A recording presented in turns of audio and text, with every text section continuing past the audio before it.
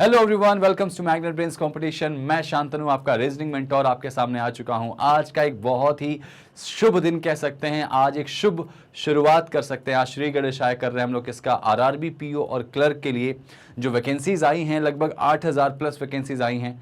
तो कह सकते हैं कि मैग्नेट ब्रेन्स कंपटीशन जो हमारा ऑफिशियल चैनल है, आज से आपके सामने मैं लेके आ रहा हूं रीजनिंग का कंप्लीट पैकेज आरआरबी पीओ के लिए और आरआरबी क्लर्क के लिए। तो आप बिल्कुल बने रहिएगा, आपको कहीं और जाने की ज़रूरत नहीं है, कहीं कुछ एक्स्ट्रा पढ़ने की ज़रूरत नहीं है। जितना मैं बताऊंगा, जिस सीक्वेंस में मैं बताऊंगा, अगर आप उतना प्रॉपर कर लेते हैं तो आरआरबी के एग्जाम में रीजनिंग में एक बहुत ही अच्छा स्कोर आप आसानी से कर लेंगे। तो it is very good for you कि आपको प्रॉपर कहीं से और मेहनत करने की ज़रूरत नहीं पड़ेगी।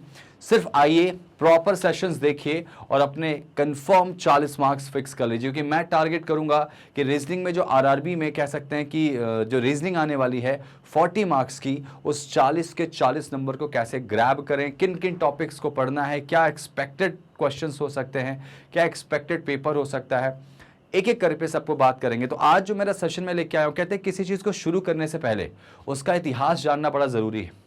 जब तक आप उसका हिस्ट्री नहीं जान पाएंगे तब तक उसका करंट जो सिनेरियो उसको आप चेंज नहीं कर सकते, बदल नहीं सकते, अनुमान नहीं लगा सकते। तो आज का जो सेशन में लेके आया हूं, आपको देखिए आरआरबी जो पीओ आने वाली है 2022 की, तो 2022 का जो इस साल का एग्जाम होगा, उस इस साल के एग्जाम के लिए पहले हमको जानना पड़ेगा कि पिछले साल का एग्जाम कैसा गया था। तो इसीलिए आपको एक कदम पीछे आना, कहते हैं कि अगर शेर एक कदम पीछे आता है तो इसका मतलब छलांग ज्यादा लंबी मारने वाला है। ये एक स्ट्रैटेजी कहते हैं। तो हम लोग सिर्फ पढ़ेंगे नहीं, हम लोग प्लान्ड तरीके से पढ़ेंगे। तो बने रहिएगा डेली, क्योंकि हम शुरू से लेकर लास्ट तक आपके साथ खड़े रहेंगे और प्रॉपर कंटेंट के साथ आपका एक सिलेक्शन कंफर्म करवाने वाले हैं प्रीलिम्स का। प्रीलिम्स के बाद हम मेंस के लिए भी आपको प्रॉपर सेगमेंट देंगे, तो आप बने रहिएगा। मेंस की क्लासेस भी आपको प्रॉपर दी जाएंगी, तो कहीं जाने की जरूरत नहीं है, क्योंकि एकमात्र ऐसा प्लेटफॉर्म जो आपको फ्री एजुकेशन देता है किसी भी सेगमेंट की, वो मैग्नेट ब्रेन्स है। तो आपको बस करना कुछ नहीं है। अगर आप फर्स्ट टाइम मुझे देख रहे हैं तो जल्दी से चैनल को सब्सक्राइब कर लीजिए, बेल आइकन प्रेस कर लीजिए, ताकि सबसे पहले नोटिफिकेशन के थ्रू आपके पास हमारी वीडियोस पहुंचे। और दूसरी बात, अगर आपको सेशन पसंद आया, आपको लगे कि नहीं कुछ अच्छा मैंने आपको बताया है, आपके लिए कुछ अच्छा किया है, तो वीडियो को डेफिनेटली लाइक करिएगा, सेशन को लाइक करिएगा, जितना ज़्यादा हो सके शेयर कीजिएगा और अपने दूसरे फ्रेंड्स में, कलीग्स में इसको ज़रूर बताइएगा। क्योंकि अगर आपकी तैयारी करनी है आपको, तो हम आपके साथ पूरी तरह तैयार हैं, आपको बेसिक से लेके पूरे मास्टर लेवल तक पहुंचाएंगे। तो आज मैं डिस्कस करने वाला हूं आपके साथ क्या आरआरबी पीओ के एग्जाम्स 2022 की पहली स्ट्रेटजी। मुझे ऐसा लगता है कि पहले आगे जाने से पहले एक स्टेप पीछे आना जरूरी है। हमको देखना पड़ेगा कि पिछले साल का पेपर कैसा गया था, जो 2021 का था, तो उसको मैं डिस्कस करने जा रहा हूं आपके सामने। तो 2021 का जो पेपर होगा उसके रिस्पेक्ट में फिर हम क्या करेंगे, 2022 का सेगमेंट बनाएंगे। तो मैं आपको सबसे पहले एक और बात बताना चाहूंगा कि हम किस सिनेरियो में चलेंगे। सबसे पहले मैं आपको प्रीवियस ईयर पेपर कराऊंगा, प्रीवियस ईयर के बाद मैं आपको एक्सपेक्टेड पेपर भी कराने वाला हूं कि इस साल का पेपर कैसा आ सकता है। इसके अलावा आपको इंडिविजुअल टॉपिक्स के कुछ इंपॉर्टेंट क्वेश्चंस भी कराऊंगा, जिसके पूरी पॉसिबिलिटी है कि आएगी। तो रीजनिंग आप मेरे ऊपर छोड़ दीजिए, सिर्फ आपको मैं जैसे बता रहा हूं, जैसे गाइड कर रहा हूं, आप उसको फॉलो करिए। इसके अलावा कुछ कोई किताब नहीं लेना, कहीं से कुछ अलग से चीजें नहीं देखना, आपका सिलेक्शन पक्का है, ठीक है ना। चलिए तो शुरू करते हैं आज की कहानी मेरे साथ भाई। आज की कहानी का कह सकते हैं कि पहला क्वेश्चन जो मुझे याद आ रहा है, 2021 में सबसे पहला जो क्वेश्चन आया था, मैं किसी एक शिफ्ट का पेपर उठा के लाया हूं आपके सामने सिर्फ दिखाने के लिए कि पेपर कैसा आया था आरआरबी पीओ का। ये हम डिस्कस कर रहे हैं किसका भाई, पीओ का पेपर डिस्कस कर रहे हैं, पीओ का। क्लर्क का भी मैं आपके सामने लेके आऊंगा, क्लर्क का अलग होगा, अभी पीओ का करेंगे, उसके बाद अगला सेशन जो होगा हमारा क्लर्क का लेके आएंगे यहाँ पे। तो आप प्रॉपर देखते रहिएगा। तो प्रोबेशनरी ऑफिस का जो पेपर आया था, उस पेपर में सबसे पहले क्या आया था भाई, सबसे पहले एक पजल आई थी। जो 5 क्वेश्चन थे ना, वो कुछ इस तरह से एक पजल थी जिसमें फ्लोर की कहानी बनाई गई थी। 1 से 5 क्वेश्चन इससे पूछे गए थे। मैं क्वेश्चंस यहाँ डिस्कस नहीं करूंगा, यहाँ पे बस आपको मैं बताऊंगा कि क्वेश्चन क्या आया था और इसको करना कैसे। क्योंकि कहते हैं ऐसा है कि पजल का सेशन अगर आपने पजल बना लिया तो क्वेश्चन तो आपसे बन जाने तय हैं। तो ये क्वेश्चन देखिए आया था, इसको आप एक बार ध्यान से देखिए, इसका स्क्रीनशॉट लीजिए या वीडियो को पॉज करके बनाने की कोशिश करिए। मैं इसका हिंदी वर्जन भी आपको दिखाऊंगा, लेकिन पहले इंग्लिश में आप देख लीजिए इस चीज़ को, इसको एक बार देख लीजिए। चलिए इसका हिंदी देख लेते हैं एक बार से। ये इसका हिंदी है, आप हिंदी का भी प्रॉपर स्क्रीनशॉट ले लीजिए या फिर वीडियो को पॉज कर लीजिए और बनाने की कोशिश करिए। एक ऐसा क्वेश्चन जिसमें फ्लोर के साथ साथ आप नोटिस करेंगे फ्लैट भी थे। और आपको अगर याद हो तो मैंने अभी आपने अगर देखा हो तो अच्छी बात है, नहीं देखा हो तो जाके आप ज़रूर देखिएगा। पूरी प्लेलिस्ट डली हुई है जिसमें मैंने आपको पजल्स का बेसिक्स पूरा समझाया है, सिटिंग अरेंजमेंट पजल्स का पूरा बेसिक समझाया है। मतलब आपको अगर फ्लोर वाले क्वेश्चन बनाने हैं, आपको बॉक्स वाले क्वेश्चन बनाने हैं, आपको डे मंथ वाले क्वेश्चन बनाने हैं, आपको सर्कल वाले बनाने हैं, सर्कल में सेंटर आउट बनाना है, रो वाले क्वेश्चंस बनाने, रो में भी नॉर्थ एंड साउथ बनाना है, अनसर्टेन नंबर है, तो सारी तरह की जो पजल्स हैं उनके बेसिक कंसेप्ट्स आपको मिल जाएंगे। सेशन को जाके जरूर देखिएगा, नीचे डिस्क्रिप्शन में लिंक भी दे दूंगा उसका, तो आपको जाके उसको देखना है। फिलहाल इस क्वेश्चन को जरा बना लें एक बार, इस क्वेश्चन को प्रॉपर सॉल्व करते हैं कि भाई इसको कैसे करेंगे। मेरे ख्याल से आप लोगों ने इसको पूरा फोटो वगैरह ले ली होगी, इसकी स्क्रीनशॉट ले लिया होगा। अब इसको बनाने की कोशिश करते हैं। भाई 10 लोग हैं जो कि एक 5 फ्लोर की बिल्डिंग में रहते हैं। कितने लोग हैं? 10 लोग हैं जो कि 5 फ्लोर की एक बिल्डिंग पे रहते हैं, और जाहिर सी बात है हर फ्लोर पे 2 फ्लैट हैं जिनका नाम है ए और बी।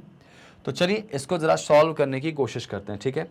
तो इसको मैं एक बाकायदे बनाने की कोशिश करूंगा। यहाँ पे कैसे बनाएंगे, लेट्स सी। 5 फ्लोर की बिल्डिंग है, ठीक है। अगर 5 फ्लोर की बिल्डिंग है दोस्तों तो मैं बनाता हूँ इसको 1 2 3 4 5, ठीक है। और हर फ्लोर पे हमारे पास कितने फ्लैट हैं? 2 फ्लैट हैं। हर फ्लोर पे टोटल 2 फ्लैट हैं, ओके। ये देखो फ्लैट ए है और फ्लैट बी है। और एक बात हमेशा आप याद रखिएगा कि कभी भी ऐसे क्वेश्चंस फ्लोर और फ्लैट वाले जो आते हैं वो हमेशा क्या 2 डायग्राम से बनाए जाते हैं। तो यहाँ पे मैं बना दे रहा हूँ 1 2 3 4 और 5। ये देखो आपके फ्लोर हो गए, और हर फ्लोर पे कितने फ्लैट हैं? 2 फ्लैट यहाँ पे दिए गए। ये आपका हो गया फ्लैट 1 ए और ये हो गया आपका फ्लैट बी। समझ में आई बात? 2 केस से आप क्वेश्चन शुरू करते तो आप एग्जाम में फंसोगे नहीं। और इस क्वेश्चन को आपको मैक्सिमम 3 मिनट देना था। मैक्सिमम 3 मिनट में आपका बन जाता है क्वेश्चन, मैक्सिमम बोला है मैंने, ठीक है। लेकिन मैं आपको एक्सप्लेन करूंगा तो एक एक करके सारी चीजें बताने की कोशिश करूंगा, ठीक है ना। चलिए जरा देखते हैं क्या बोला गया इसमें। शुरुआत क्वेश्चन की जो हो रही है वो यहां से हो रही है, कहां से? ओ से। कि जो ओ है वो साउथ ईस्ट में है किसके? एम के, ठीक है भाई। ओ अगर एम के साउथ ईस्ट में है तो इसका मतलब क्या होगा? देखो साउथ ईस्ट क्या होता है, अगर मान लो एम यहां है तो एम का साउथ ईस्ट क्या होगा? साउथ ईस्ट का मतलब ईस्ट और साउथ के बीच में, तो ओ जो है वो कुछ ऐसे होने वाला है, ठीक है भाई। चलिए आगे देखते हैं जरा क्या बोला गया। अगर ओ जो है वो साउथ ईस्ट है एम के, तो मैंने बना दिया, मुझे भी कंफर्म रिलेशन यहाँ नहीं पता। यू जो है वो किसी ऑड नंबर वाले फ्लोर पे, कौन? यू। अगर यू किसी ऑड नंबर वाले फ्लोर पे है तो इसका मतलब क्या होगा? यू या तो 1 पे होगा, या तो 3 पे होगा, या तो 5 पे होगा। तो मैं इसको लिखना चाहूँगा कि यू किसी ऑड नंबर वाले फ्लोर पे होने वाला है, ठीक है। ऑड नंबर फ्लोर पे हो जाएगा, ठीक है। एम और यू जो है वो सेम फ्लैट में रहते हैं। सेम फ्लैट का मतलब क्या होता है कि यू अगर बी में रहेगा तो एम भी बी में रहेगा, यू अगर ए में रहेगा तो एम भी ए में रहेगा, ठीक है भाई। चलो तो यहाँ पे मैं ऐसे कर लेता हूँ क्या कि एम और यू कुछ ऐसे कर लेता हूँ सेम फ्लैट में। मैं सेम लिख दिया तो उससे मुझे समझ में आ जाएगा, ठीक है। आगे ज़रा पढ़ लेते हैं। जो P है वो T के पश्चिम दिशा में, कौन? P T के पश्चिम दिशा में है भाई। तो अगर P T के पश्चिम दिशा में है तो नो डाउट अगर ये T होगा तो उसके लेफ्ट में यानी वेस्ट में यही हो जाएगा, P T के पश्चिम दिशा में हो गया। फिर उसके बाद हु मतलब किसकी बात हो रही है? T की बात हो रही है, यानी जो T है वो इवन नंबर वाले फ्लोर पे है, कौन? T। टी अगर इवन नंबर वाले फ्लोर पे है तो ये हमारे लिए अच्छे संकेत हैं। क्यों? क्योंकि हमारे पास इवन वाले 2 ही दिख रहे हैं यहाँ पे। तो इसका मतलब अगर मैं टी को यहाँ करूँ तो पी यहाँ हो जाएगा, अगर मैं टी को यहाँ करूँ तो पी यहाँ हो जाएगा। भाई टी और पी एक साथ होने वाले हैं, ऐसा क्वेश्चन ने बोल दिया। आगे जरा पढ़ लेते हैं। There are 2 floor gap, floor बोला गया, ध्यान रखना, फ्लोर और फ्लैट में डिफरेंस याद रखना। There are 2 floor gap between P and M. भाई पी और एम के बीच में 2 फ्लोर का गैप होने वाला है, P और M के बीच में 2 फ्लोर का। तो नो डाउट अगर P यहाँ है तो 1 और 2 छोड़ के M ऊपर आने वाला है। कौन आने वाला है? M ऊपर आने वाला है। ज़रा सोचिएगा, अगर M ऊपर आया तो M की कहानी कहाँ बन जाएगी? यहीं बन जाएगी। P और M के बीच में 2 फ्लोर का गैप बोला गया ना, क्वेश्चन को पढ़ दो एक बार जरा सा। There are 2 floor gap between P and M का फ्लोर, ठीक है। तो P और M के फ्लोर के बीच में 2 का गैप हो जाएगा। इसमें देखो 1 और 2 छोड़ के M यहां आ जाएगा या तो इधर आ सकता है, ये बात तो तय है, ठीक है। अब जरा देखो M जैसे ही वहां पहुंचेगा तो हमको एक चीज जो हमारे दिमाग में डाउट चल रही थी, क्या? O की, कि M के साउथ ईस्ट में O रखने वाला है, तो इसमें तो M का साउथ ईस्ट कहीं होगा ही नहीं। इसका मतलब एक बात समझ में आ गई कि m तो होने वाला है टॉप पे और p और t होने वाले हैं नीचे, तो क्यों ना इसको फिर सही कर लें। ये केस तो गलत हो गया, इसमें ये केस जो है वो गलत हो गया। तो अगर ये केस गलत हो गया है तो इसका मतलब ये हो जाएगा कि यहाँ पे m आने वाला है, सॉरी अगर मैं लेके चलूँ p और t को देखा जाए तो यही बनेगा फिर इसमें p और t, ये हो जाएगा कौन, t हो जाएगा, ये हो जाएगा कौन, p, और p और t के बीच में देखा जाए तो m, p और m के बीच में 2 फ्लोर का गैप है, तो इसमें मैं m को इधर कर ले रहा हूँ। तो अच्छा m तो उधर हो भी नहीं सकता, b पे क्यों नहीं हो सकता, क्योंकि o फिर नहीं आ पाएगा, तो इसमें भी m को यहीं रख लो, ठीक है। अब o की जो पॉसिबिलिटीज़ है, o ऑब्वियस सी बात है m के साउथ ईस्ट में है, तो या तो o इधर रख लो या तो नीचे रख लो, o यहाँ रख लेते हैं, o यहाँ भी हो सकता है, लेकिन अभी फिलहाल 2 जगह लेके चल रहे हैं। तो इस तरह से क्वेश्चन हमारी कहानी के साथ आ चुका है। और जरा देखो ना, u अगर ऑड पे होगा तो ऑड की जगह u की यही हो जाएगी, सेम फ्लैट में m और u है भाई, तो u यहाँ आ गया, यहाँ पे u इसमें आ गया, ठीक है।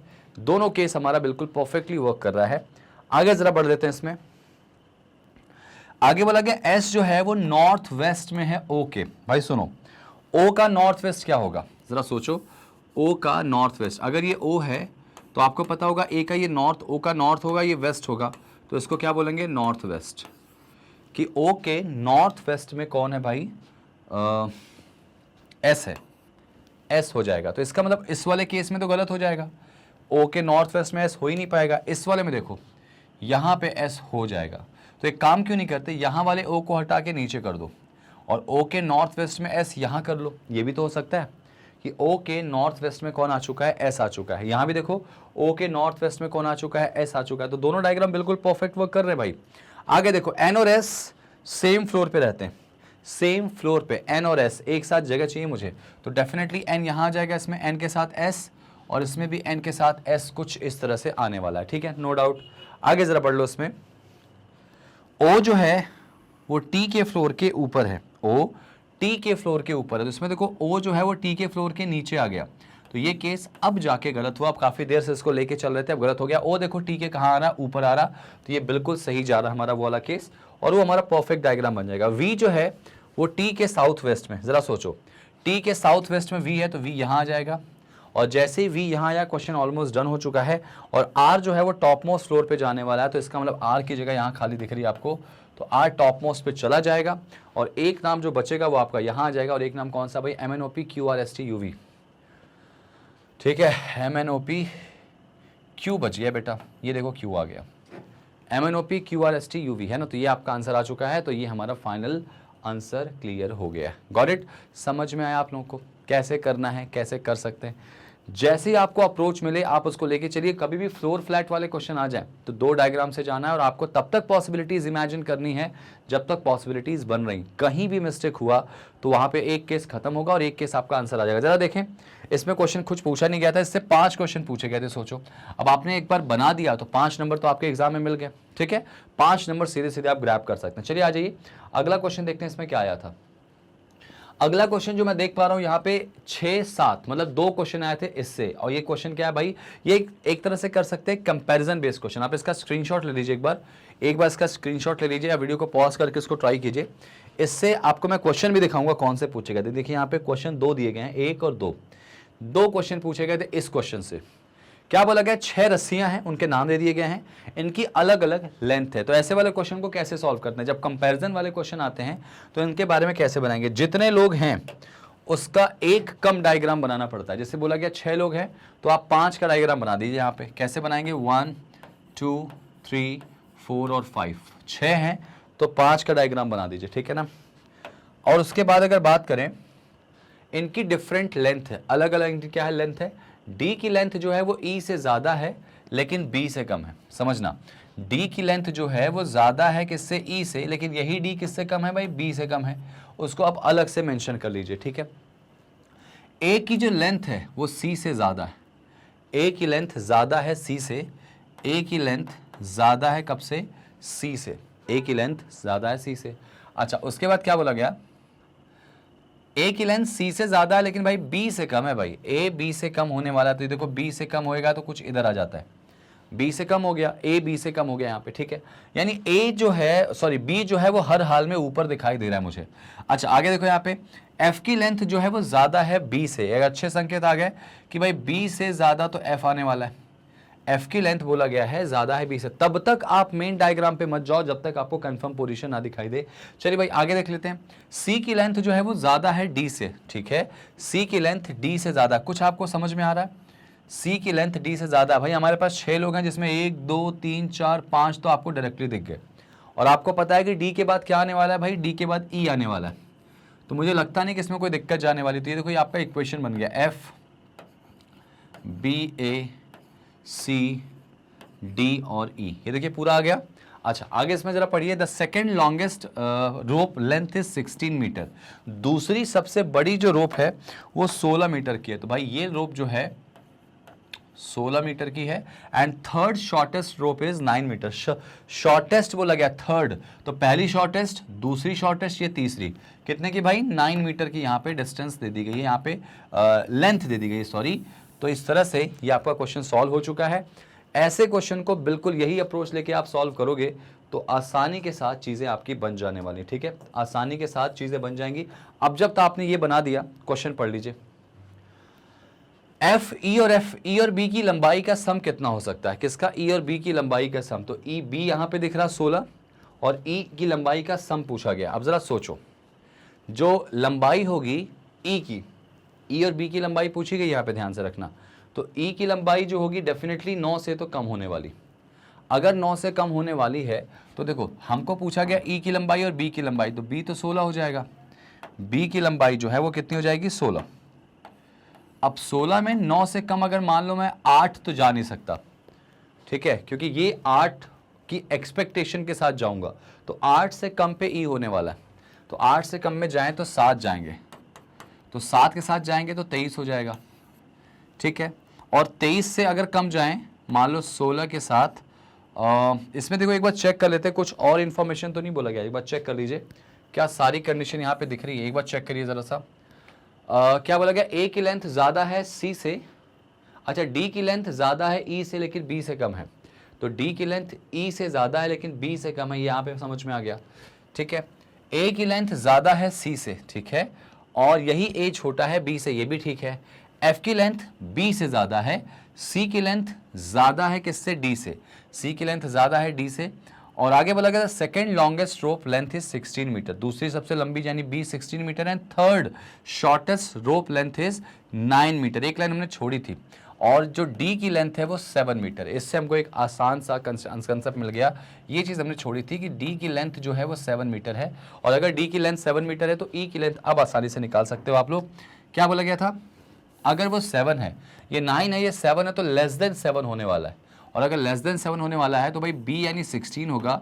16 में 7 से कम जाओ तो अगर 6 लेके जाए तो ये हो जाएगा 22, और 22 ऑप्शन में कहीं दिख रहा क्या? नहीं। तो आप किस पे चलेंगे भाई? 5 पे चलते हैं। किस पे चलते हैं? 5 पे चलते हैं। तो 16 और 5 कितना हो जाएगा? 21, और ऑप्शन में नन ऑफ दीज नहीं है तो आप 21 पे आसानी के साथ जा सकते हैं। Got it? 21 पे आसानी के साथ जा सकते हैं। तो इसका आंसर क्या हो जाएगा? 21 हो जाएगा। आई विश आपको समझ में आ गया होगा। इसमें एक क्वेश्चन और पूछा गया था, एक क्वेश्चन इसमें और दिया गया था, देखो ध्यान से। वो क्वेश्चन क्या था? एफ से कितनी रस्सियां लंबी हैं? क्या एफ से कोई और लंबा है? तो नहीं भाई, एफ ही तो सबसे लंबा है। तो इसका आंसर क्या होगा? नन, कोई नहीं भाई, कोई भी नहीं, एफ से लंबा कोई नहीं, क्योंकि सबसे लंबी रस्सी किसकी है भाई? एफ की है, या एफ ही सबसे लंबी रस्सी है। तो ये 2 क्वेश्चन आपके आसानी के साथ सॉल्व हो गए। तो 7 नंबर आपको डायरेक्टली 2 क्वेश्चन ने दे दिए, एक पजल ने और ये 2 कंपैरिजन वाले क्वेश्चन में। जरा ये देखिए, ये एक ऐसा क्वेश्चन है जो इस साल भी उतनी ही उम्मीद है कि आएगा। ये वाला क्वेश्चन अगर मैं इसको देखूं या इसको मैं हाईलाइट करूं थोड़ा सा, तो ये वाला क्वेश्चन जो है ये आपके एग्जाम में कहा जाए तो इस बार भी पूछा जाएगा, बहुत इंपॉर्टेंट है। एक आपके सामने शब्द आता है कुछ इस तरह से, एक शब्द आता है, उस शब्द से अगर मैं बात करूं, यहां पे एक शब्द आएगा, उस शब्द से आपके सामने क्या होगा? पेयर बनाने को बोलता है, ठीक है। यहां पे इंथुजियास्टिक एक शब्द है, इंथुजियास्टिक एक शब्द है, और एग्जामिनर कहता है, क्या कहता है एग्जामिनर आपसे? मैं इसको लिख लेता हूं, पहले इसको मैं लिख लेता हूं, ENTHUSIASTIC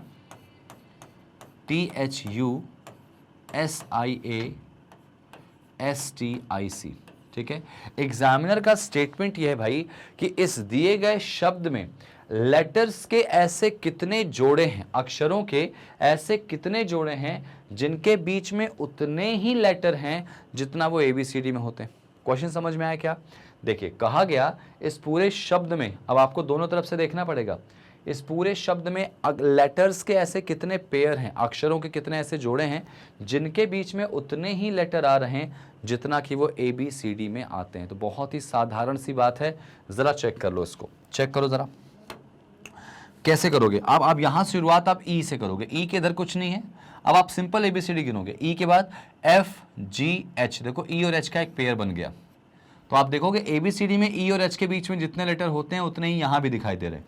ABCD में E और H के बीच में 2 लेटर होते हैं, यहाँ भी देखो E और H के बीच में कितने लेटर हो गए, 2। तो ये एक पेयर बन के आ गया, कौन सा? E और H का। देखो E के बाद FGH IJKLMNOP नहीं बना। N के बाद O, इधर भी चेक करना पड़ेगा आपको दोनों तरफ। N के बाद O नहीं है, N के बाद OPQRSTUVW नहीं आएगा। T के बाद UV, T के बाद UVWXYZ, Z के बाद काउंट नहीं करते, Z के बाद सीरीज फिनिश हो गई। H के बाद IJKLMNOP नहीं बनेगा। U के बाद VWXYZ नहीं बनेगा। S के बाद TUVWX नहीं आएगा।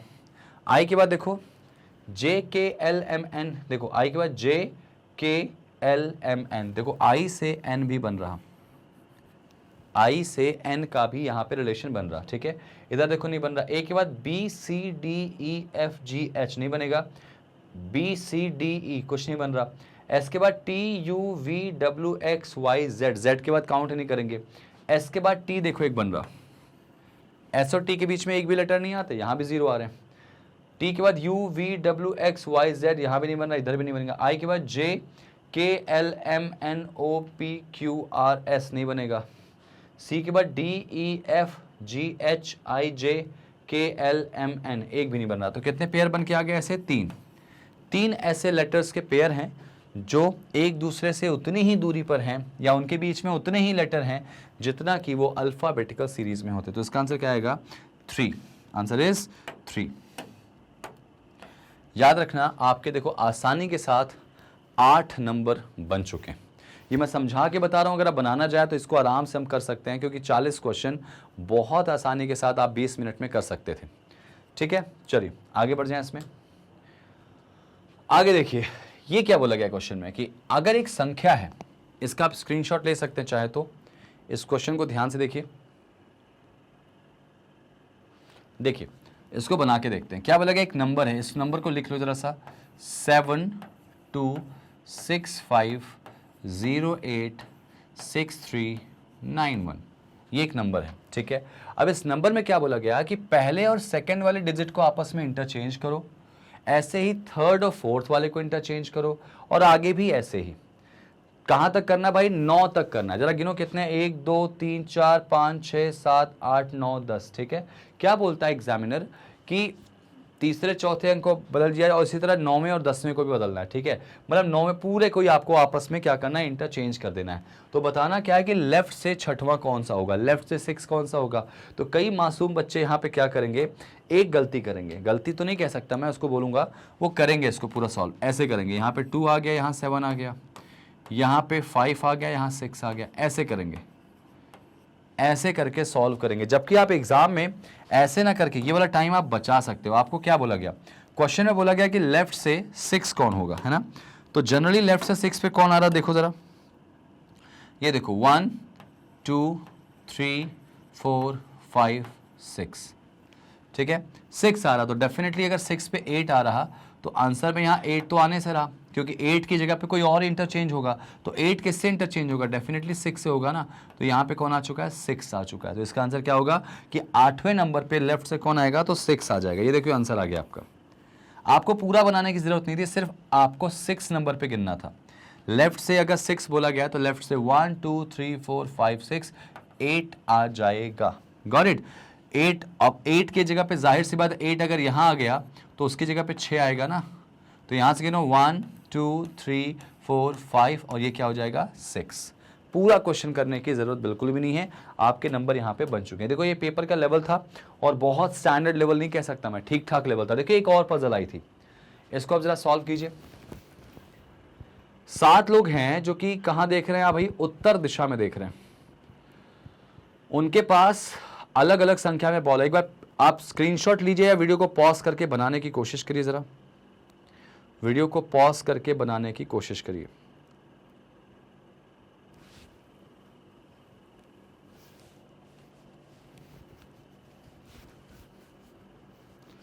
उम्मीद है आपने इसको बनाया होगा, मैं बना के दिखाता हूं। भाई नॉर्थ में बैठे हैं 7 लोग, चलो एक काम करते हैं, इसका डायग्राम बना देते हैं, ठीक है। इसका मैं डायग्राम बना लेता हूं। यहाँ पे 7 लोग हैं जिनका चेहरा कहाँ पे, नॉर्थ में, ठीक है। तो ऐसे मैं कर लेता हूं, 1 2 3 4 5 6 और ये 7। ये सभी लोग कहाँ देख रहे हैं भाई, इन सभी का जो फेस है वो नॉर्थ में। कभी भी ऐसे रो वाले क्वेश्चन आपके सामने आ जाए तो एक बात का विशेष ध्यान रखिएगा कि आपको फेसिंग बहुत इंपॉर्टेंट है। फेसिंग इसकी इंपॉर्टेंट इसलिए भी है कि आपको ये पता लगाना है कि कौन कहाँ देख रहा है। भाई इसका राइट ये हो जाएगा, इसका लेफ्ट ये हो जाएगा। एग्जाम में ये सब बनाने की जरूरत नहीं है, आपको पता है कि राइट लेफ्ट किधर होता है, फिर भी यहाँ पे मैं समझाने की कोशिश कर रहा हूँ, ठीक है भाई। अच्छा, सबके पास अलग अलग नंबर ऑफ बॉल्स हैं भाई, अलग अलग संख्या में जो गेंदें हैं, तो आपको अरेंज करना है। क्या बोला गया, the one who have maximum number of ball, वह जिसके पास सबसे ज्यादा संख्या में गेंदें हैं उसके पास 25 बॉल हैं, ठीक है भाई। तो यहाँ पे मैं इस चीज़ को मेंशन करूंगा कि जो भी बंदा सबसे ज़्यादा बॉल रखता है उसके पास मैक्सिमम 25 बॉल है। यानी इस पूरी कहानी में जो मैक्सिमम बॉल है वो कितनी है बेटा, 25 है। डेटा कलेक्ट हो गया। अब जरा आगे पढ़ लीजिए, जो बी है वो ए के राइट में 4th पे बैठेगा, ठीक है। अब मुझे नहीं पता ए के राइट में 4th पे बी कहाँ आएगा, तो मैं लिख लेता हूँ ए के राइट 1 2 3 और 4th पे बी आ गया। बी ए के राइट में 4थे स्थान पे है, ठीक है। अब ये तुमने बना लिया, ए के राइट में 4th में कौन आ गया, B. And one of them is sitting an extreme end. ये लाइन आपके लिए बहुत प्रीशियस है कि इनमें से एक कोई ऐसा है जो एंड पे बैठेगा। तो आपको ऐसा नहीं लगता, आपको ऐसा नहीं लगता कि यहां पर 2 केस बनाए जा सकते हैं। 2 केस कैसे बना लोगे, यहां बना लेते हैं। चलो यहाँ पे 7 का केस है ना, तो 1 2 3 4 5 6 7। अब मैं बिना समय गंवाए इस डायग्राम में, इस वाले डायग्राम में ए को यहां रख रहा हूं एंड पे, और 1 2 3 4 पे बी को रख रहा हूं। और इस वाले डायग्राम में मुझे क्या करना है, देखो सब लोग ऊपर देख रहे हैं भाई, सभी लोग का चेहरा जो है वो नॉर्थ में है। तो इस बार मैं बी को यहां रख रहा हूं, ठीक है। तो ए यहां आ जाएगा 1 2 3 4। तो भाई बी ए के राइट में 4थे स्थान पे है और इनमें से कोई एक एंड पे बैठा है। तो इसमें ए को एंड पे बिठा दिया, उसमें बी को एंड पे बिठा दिया। क्वेश्चन हमारा शुरू हो गया। चलो आगे पढ़ लो जरा सा, आगे क्या बोला गया, 2 persons between B and F, ठीक है भाई, कि बी और एफ के बीच में 2 लोग हैं। तो यहाँ पे अगर बी है तो 1 और 2 छोड़ के एफ इधर नहीं जा सकता, तो इसमें एफ तो यहीं आने वाला है। बी और एफ के बीच में 2 लोग, अगर देखा जाए तो इसमें भी एफ यहाँ आ जाएगा। बी और एफ के बीच में कितने आ गए, 2 लोग आ चुके हैं, ठीक है। आगे जरा देखो इसमें क्या है। अब यहाँ पे बात हो रही है हु की। हु मतलब किसकी बात हो रही है बेटा, एफ की। जो एफ है उसके पास 5 बॉल कम है, किससे, सी से। समझना, सी से 5 बॉल कम है किसके पास, एफ के पास। तो मैं ऐसे लिख दूं क्या, सी के पास जितनी भी बॉल है उस बॉल में से 5 बॉल कम कर दो तो टोटल किसकी बॉल आ जाएगी, एफ की बॉल आ जाएगी। तो ये चीज मैंने ऐसे यहां लिख ली, सी से 5 गेंदें कम करो, हमारे पास एफ की बॉल आ जाएगी। Got it. आगे जरा पढ़ लो, आगे जरा पढ़ लो। The number of ball C has in the square of an even number. ये बात समझ में आई, सी के पास जो गेंद की संख्या है वो किसी सम संख्या का स्क्वायर है। जरा सोचो, अगर मैक्सिमम बॉल 25 है और सम संख्या का स्क्वायर देखिए इस 25 के अंदर में, तो एक तो या तो 2 का स्क्वायर होगा 4, या तो 4 का स्क्वायर होगा 16, 2 ही हो सकता है। और अगर हम 2 का स्क्वायर 4 करें तो सी का नंबर 4 आ नहीं सकता, क्योंकि 4 से 5 कम होगा नहीं। तो इसका मतलब देखा जाए, इसका मतलब ये देखा जाए कि सी के पास टोटल 16 गेंद हैं और उसमें से 5 गेंद माइनस करोगे बेटा तो एफ के पास कितनी गेंद आ जाएंगी, 11 आ जाएंगी। तो ये हमारे लिए एक बड़ी अच्छी न्यूज़ है कि यहाँ पर 11 न्यू बॉल हो गई किसके पास, एफ के पास, और सी के पास जो हो जाएंगी वो 16 गेंदें हो जाएंगी। वो अपन आगे देख लेंगे, ठीक है ना। चलिए क्वेश्चन स्टार्ट हो गया इसमें हमारा, आगे बढ़ते हैं इसमें। C is third to the left of E. भाई ई के बाएं तीसरे पर सी है, तो अगर मान लो ई यहां हुआ तो 1 2 3 पे सी आ सकता है। अगर ई यहां हुआ तो 1 2 3 पे सी आ सकता है, 2 केसेस बन रहे हैं, ठीक है। तो इसको अलग से लिख लो कि ई के लेफ्ट 1 2 और 3 पे कौन आएगा, सी आ जाएगा। सी ई के लेफ्ट थर्ड पे आ जाएगा। नॉट, इसमें आगे बढ़ लेते हैं। अच्छा, अब यहां पे क्या बोला गया, हु मतलब किसकी बात हो रही, ई की। ई के पास हु हैज 9 बॉल्स। भाई अच्छी बात यह है कि ई के पास गेंदों की संख्या कितनी है, 9 है। ई के पास टोटल 9 गेंद हैं, ठीक है। आगे जरा बढ़ लो, इसमें भी एफ के पास 11 बॉल कर लो भाई, इसमें भी एफ के पास 11 गेंदे कर लेते हैं, छोड़ना नहीं इसको कुछ भी। आगे आगे आज यहाँ पे चेक करो जरा सा, आगे क्या है। जो डी है वो जी के राइट में थर्ड पे, और जो जी है वो एफ का नेबर नहीं है। डी जी के राइट थर्ड पे है और जी एफ का पड़ोसी नहीं, तो जी यहीं आ जाएगा, और इसके राइट 1 2 3 पे कौन आ जाएगा, डी आ जाएगा। सेम एज इसमें शायद ये गलत हो जाएगा। देखो जी को यहाँ रखेंगे, यहाँ रख नहीं सकते, यहाँ रखेंगे थर्ड होगा नहीं। अच्छा, यहाँ पे अगर जी को रखूँ मैं तो 1 2 3, हाँ डी यहाँ आ सकता है, डी यहाँ पे आ सकता है जी के राइट थर्ड पे। और एफ के बारे में बोला गया, एफ सॉरी, जो जी है वो एफ का पड़ोसी नहीं होना चाहिए। तो देखो इसमें जी एफ का पड़ोसी नहीं है, दोनों केस बिल्कुल सही चल रहे हैं। अच्छा, जैसे ही यहाँ पे तुम्हारे पास कौन आ चुका है भाई, ठीक है, अभी जाने दो उसको, आगे बढ़ लेते हैं इसमें जरा सा। B has 3 ball less then A। सुनना, B के पास A से 3 बॉल कम है। B के पास A से 3 बॉल कम है, मतलब A के पास जितनी भी बॉल होंगी उसमें से 3 गेंदें निकालो तो किसकी बॉल आ जाएगी, B की। तो B के पास A से भाई 3 गेंदें कम है, ठीक है। ये चीज़ मैंने बना ली। जरा एक बात बताओ, क्या मैं C और E को रख सकता हूँ अब, क्या हमारे पास तो जगह एक ही बची। तो C अगर यहाँ है तो E के लेफ्ट सेकेंड पे E यहाँ आ जाएगा, E के लेफ्ट सेकेंड पे, लेफ्ट थर्ड पे सी आ जाएगा। और हमको पता है कि ई के पास गेंदों की संख्या कितनी है, 9, और यहाँ पर ई और सी नहीं आ सकते, इसमें नहीं आ सकते। तो ये केस तो हमारा डेफिनेटली रॉन्ग हो गया। और अगर ये केस रॉन्ग हो गया है, ठीक है, तो इसका मतलब डेफिनेटली ये वाला केस सही होगा। और अगर ये वाला केस सही होगा तो हमको पता चल गया कि ई के पास 9 बॉल हैं, और अगर ई के पास 9 बॉल हैं तो सी के पास 16 गेंदें, ये भी हमने अरेंज करना है भाई। सी के पास 16 गेंदें हैं, ये भी डन हो गया। और ए के पास 3 बॉल ज़्यादा है बी से, तो ए के पास जितना भी आएगा उसमें से 3 माइनस करोगे, बी का आ जाएगा, ठीक है। आगे ज़रा बढ़ लेते हैं इसमें। अच्छा, ए बी के पास, B has 3 ball less than A से 3 गेंदें कम है बी के पास। हु मतलब किसकी बात हो रही है, ए की। यानी जो ए है उसके पास बॉल जो है वो किसी ए ऑड नंबर का स्क्वायर है। किसके पास, ए के। जो ए के पास बॉल है वो किसी ऑड नंबर का स्क्वायर है भाई। अब जरा सोचो, 25 टोटल गेंदें, तो 25 में 3 ऑड नंबर निकालो जरा, कोई और बात। एक तो तुम्हारा 1 का स्क्वायर करेंगे तो वो तो हो नहीं सकता, 3 का स्क्वायर कर सकते हो, 3 का स्क्वायर 9 होता है, 9 हो सकता है यहाँ पे। या फिर आप 5 का स्क्वायर करें तो 25 हो जाएगा, 5 का स्क्वायर करें तो 25 हो जाएगा, ठीक है। तो इसका मतलब ए के पास या तो 25 गेंदें हैं या तो ए के पास 9 गेंदें, ठीक है। ऑड का स्क्वायर भाई। आगे देखो, डी के पास 8 बॉल ज़्यादा हैं जी से। भाई डी के पास जी से 8 ज़्यादा है, किसके पास, डी के पास। समझना, तो जी के पास जितनी बॉल हैं उसमें 8 बॉल जोड़ दो तो किसके पास आ जाएगी गेंद, डी के पास आ जाएगी, ठीक है। और आगे इन्होंने आगे कुछ बोला गया होगा, लेकिन 7 बॉल कम है किससे, बी से। ये जो डी है वो जी से तो 8 गेंद ज़्यादा रखता है, लेकिन 7 बॉल कम रखता है डी बी से, ठीक है। और डी जो है वो बी से 7 बॉल कम रखता है, ठीक है। तो बी के पास जितनी भी बॉल आएगी उससे 7 बॉल कम करेंगे तो मुझे डी मिल जाएगा। ये हमारा क्वेश्चन डन हो चुका है। और कोई लाइन इसमें छोड़ी तो नहीं मैंने इसमें।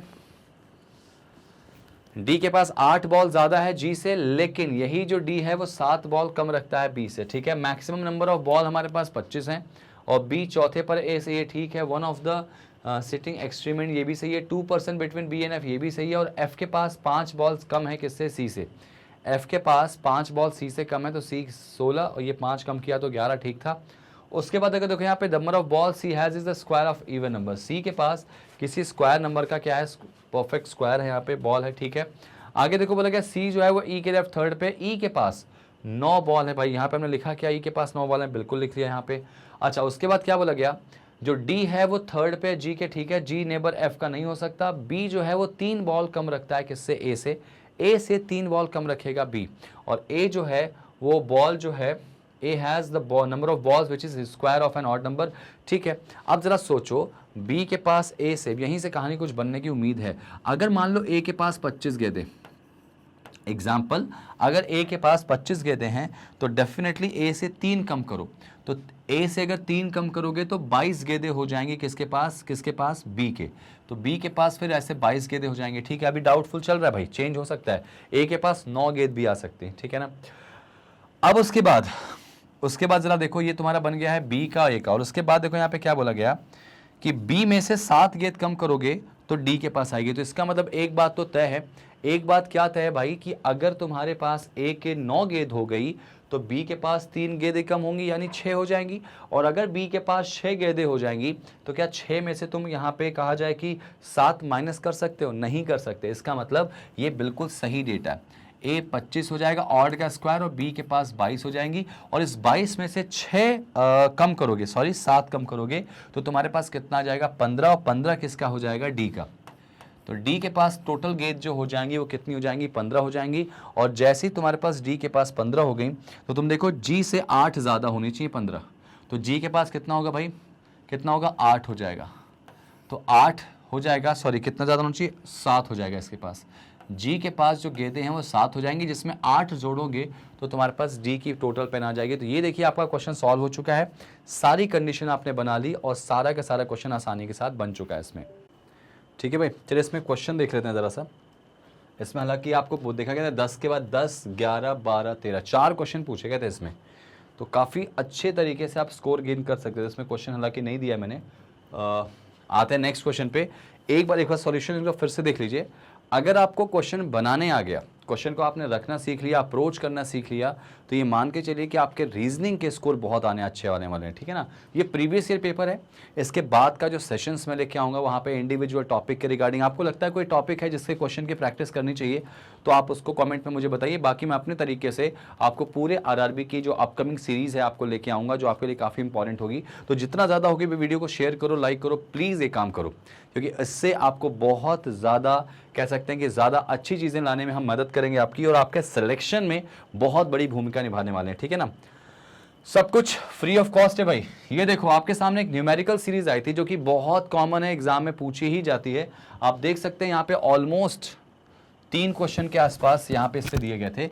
एक इन्फॉर्मेशन दिया गया था, क्या उस इन्फॉर्मेशन को आपको पढ़ना था और कंडीशन के हिसाब से आंसर देना था। एक बार जरा वीडियो को पॉज करके बनाने की कोशिश करिए इसको, या फिर इसको आप स्क्रीनशॉट लेके ट्राई करने की कोशिश करिए जरा, इसका क्या आंसर आ सकता है। देखिए भाई, यहाँ पे अगर इसको मैं सॉल्व कराऊँ आपको या मैं बताने की कोशिश करूँ तो क्या बोला गया, ये सीरीज में सबसे पहले in each number when we added 1 to each odd digit and 2 is subtract from each even digit। जरा इसको लिखिएगा कि 1 यानी जितने भी odd digit हैं, विषम संख्याएं हैं, विषम संख्याओं में 1 को जोड़ना है और 2 को माइनस करना है किसमें बेटा? इवन में। इवन वाले में क्या करो? 2 को माइनस करो, इवन डिजिट बोला गया। ठीक है। Then which number will be the lowest, सबसे कम नंबर कौन सा आने वाला है? तो जाहिर सी बात है, अगर इसमें आप ध्यान से देखेंगे तो सबसे लोवेस्ट वही होगा जो करेंटली सबसे लोवेस्ट है, चांसेस तो वही बनेंगे यहाँ पे ना। देखो ज़रा सा समझना कि ऑड में +1 करेंगे, अगर मैं देखा जाए तो 171 सबसे कम नंबर दिख रहा मुझे, और इसके बाद अगर देखें तो ये दोनों कम दिख रहे हैं। तो जरा 171 में केवल अप्लाई करके देखो, पूरे में करने की ज़रूरत नहीं थी। ऑड में +1 करोगे तो यहाँ 2 आ जाएगा। 7 दिख रहा, 7 भी एक ऑड नंबर है, 1 करोगे 8 हो जाएगा, और 2 इवन है तो यहाँ पे 280 आ जाएगा। अब ज़रा सोचो, अगर ये 280 आया है तो मुझे नहीं लगता है कि इसमें 280 से कोई और नंबर जो है वो छोटा होगा। ज़रा चेक करके देख लो, यहाँ पे 2 इवन है तो -2 करेंगे इसमें। ठीक है। अच्छा, उन्होंने एक बात ये बोली थी, रुकिएगा एक सेकेंड, एक बात उन्होंने ये बोली थी कि जितने भी ऐड करेंगे ऑड डिजिट वो 1 करेंगे ऐड किसमें? जो ऑड डिजिट है। ठीक है भाई, और इवन में 2 माइनस करना है, 2 is subtract from each even digit.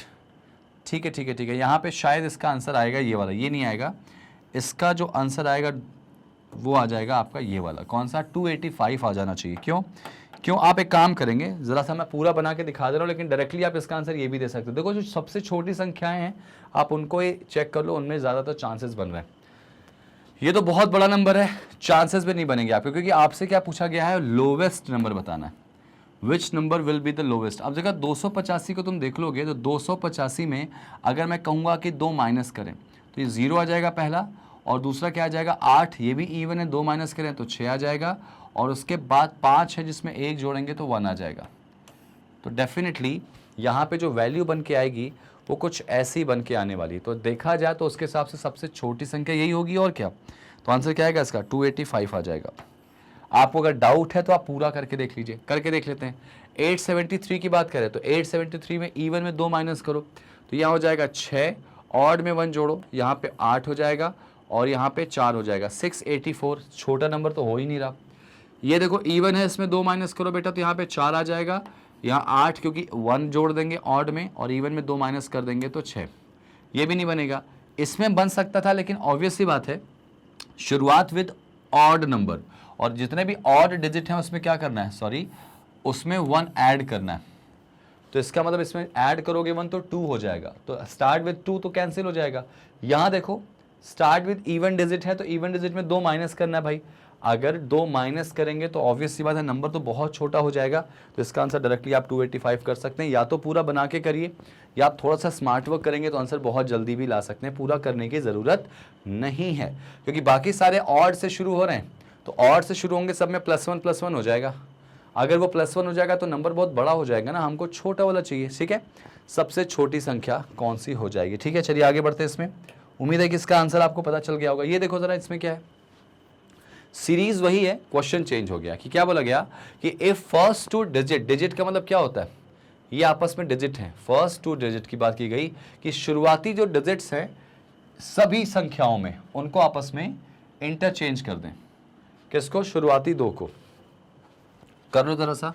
तो यहाँ पे क्या आ जाएगा 7, यहाँ लिख लेते हैं इसको। अगर मैं नंबर लिख दूँ तो 873 है, 678 है, 172 है, जल्दी लिख लो इसको, 285 है, 521 है और 343 है। ठीक है, इनमें ज़रा वो कर लीजिए, क्या बोला गया इसमें कि पहले 2 डिजिट्स आपस में इंटरचेंज हो जाते हैं। ये ऐसे हो जाएंगे 783, ये हो जाएगा 768, ये ऐसे हो जाएगा 712, ये ऐसे हो जाएगा 82, ये हो जाएगा 251, ये हो जाएगा 433 हो जाएगा।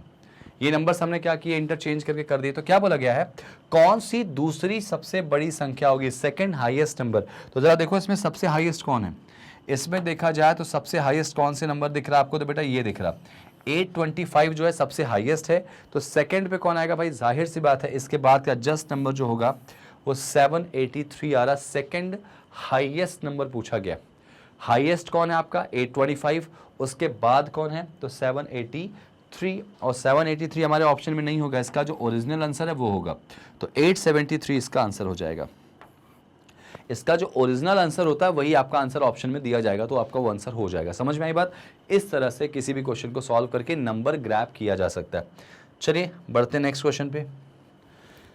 इसमें क्या बोला गया देखो जरा सा, अगर प्रत्येक संख्या के सभी अंकों को संख्या के भीतर असेंडिंग ऑर्डर में अरेंज किया जाता है तो कौन सी संख्या तीसरी सबसे बड़ी होगी। चलो जरा इनको असेंडिंग ऑर्डर में लिख लेते हैं। ठीक है, इनको जरा मैं असेंडिंग ऑर्डर में लिख लेता हूँ। यहाँ पे संख्याएं यही आपके सामने दिख रही हैं, देखो संख्याएं सारी की सारी यही हैं। इनको असेंडिंग ऑर्डर में लिख लो भाई। ठीक है, इनको सभी को असेंडिंग मतलब छोटे से बड़े में। ठीक है, इसको लिखो जरा जल्दी से लिख लेते हैं, छोटे से बड़े में। तो सबसे पहले सबसे छोटा कौन आएगा 3, 7, 8। और नोटिस करना यहाँ पे क्या बोला गया, डिजिट। याद रखिएगा अगर डिजिट का जिक्र होता है तो डिजिट का मतलब क्या हो जाता है भाई, ये इंडिविजुअली डिजिट है। समझ में आई बात। अगर नंबर्स बोले तो ये पूरी संख्याओं को लेना। अगर बोलता है all the numbers arrange in ascending order, सभी संख्याओं को आरोही क्रम में लिख दे तो सबको लेके चलोगे। लेकिन अगर डिजिट बोलता है अंदर आपस में तो आपको इनको लेके चलना। तो ये देखो अरेंज हो गया। इसके बाद देखो यहाँ पे 6, 78, 127, 258, 125, 333, 334, छोटे से बड़े में अरेंज कर दिया भाई। तो आपसे पूछा गया है कि तीसरी सबसे बड़ी संख्या क्या होगी, थर्ड हाईएस्ट नंबर। तो सबसे हाईएस्ट नंबर क्या होगा भाई, इसमें अगर नोटिस करो तो आपको थर्ड हाईएस्ट नंबर जो दिखाना है उसके लिए सबसे पहले सबसे बड़ा नंबर देखो, तो ये देखो आपका सबसे बड़ा नंबर आ रहा है, नंबर 1 पे ही आएगा। सेकंड हाईएस्ट की बात करें तो ये देखिए आपका सेकंड हाईएस्ट आ गया, और उसके बाद अगर थर्ड हाईएस्ट की बात करें तो ये देखिए आपका थर्ड हाईएस्ट आ गया। तो इस तरह से हमारा आंसर क्या आएगा 334, ऑप्शन में 343 लगाना होगा इसमें, ठीक है, ऑप्शन में 343 इसमें लगाना पड़ेगा। समझ में आई बात। तो आंसर जो होगा देखो फर्स्ट सबसे हाईएस्ट है, सेकंड ये हाईएस्ट है, और इसके बाद डेफिनेटली कौन आएगा, थर्ड पे 334 आ जाएगा। तो इस तरह से इस क्वेश्चन का आंसर ये हो जाएगा। और ये सारे आंसर्स आप बहुत ही स्मूथली कर सकते हैं अगर छोटी सी लाइन समझ लें। तो इसमें आपको याद रखना है डिजिट वर्ड का बहुत बड़ा रोल है। अगर डिजिट की जगह नंबर्स दे देता तो आप पूरे को लेके चलते, सबसे छोटी संख्या फिर 172 आ जाती है यहाँ पे। समझ में आई बात आपको। इस तरह से थोड़ा ध्यान दीजिएगा, क्योंकि छोटी छोटी मिस्टेक्स हैं जो आपके स्कोर में आपको बहुत परेशान करती हैं सिलेक्शन लेने में और सिलेक्शन दिलवाने में, दोनों में भी भाई। अगर आपने कर लिया तो सिलेक्शन हो जाएगा। आगे देखो एक नया क्वेश्चन क्या दिख रहा है भाई, यहाँ पे एक ब्लड रिलेशन का क्वेश्चन था, ब्लड रिलेशन का, और ये क्वेश्चन के लिए इंस्ट्रक्शन दिया गया था, और इस इंस्ट्रक्शन के बेसिस पे आपके सामने क्वेश्चन क्या पूछा गया था, ये पूछा गया था। पूछा ये गया था कि बताइए कौन सा इक्वेशन जो है डेफिनेटली ट्रू है। तो अगर कोई भी इक्वेशन डेफिनेटली ट्रू होगा तो बेझिझक आपको ये पूरा बनाना पड़ेगा। तो p माइनस क्यू, अब यहाँ पे काम कर लेते हैं ज़रा, इनके इक्वेशंस को लिख लेता हूँ मैं यहाँ पे। माइनस का मतलब फादर है, यहाँ लिख लूँगा मैं, माइनस का मतलब क्या हो जाएगा, माइनस का मतलब हो जाएगा फादर, ठीक है, और प्लस का मतलब क्या हो जाएगा, ब्रदर, प्लस का मतलब हो जाएगा ब्रदर, इक्वल का मतलब क्या हो जाएगा, डॉटर, इक्वल का मतलब हो जाएगा डॉटर, और स्टार का मतलब क्या हो जाएगा, मदर, स्टार का मतलब जो हो जाएगा वो क्या हो जाएगा, मदर हो जाएगा, और एंड का मतलब क्या हो जाएगा, वाइफ, एंड का मतलब वाइफ हो जाएगा। ये इन्फॉर्मेशन मैंने क्यों डायरेक्टली लिखी, क्योंकि सभी में ए से शुरू है।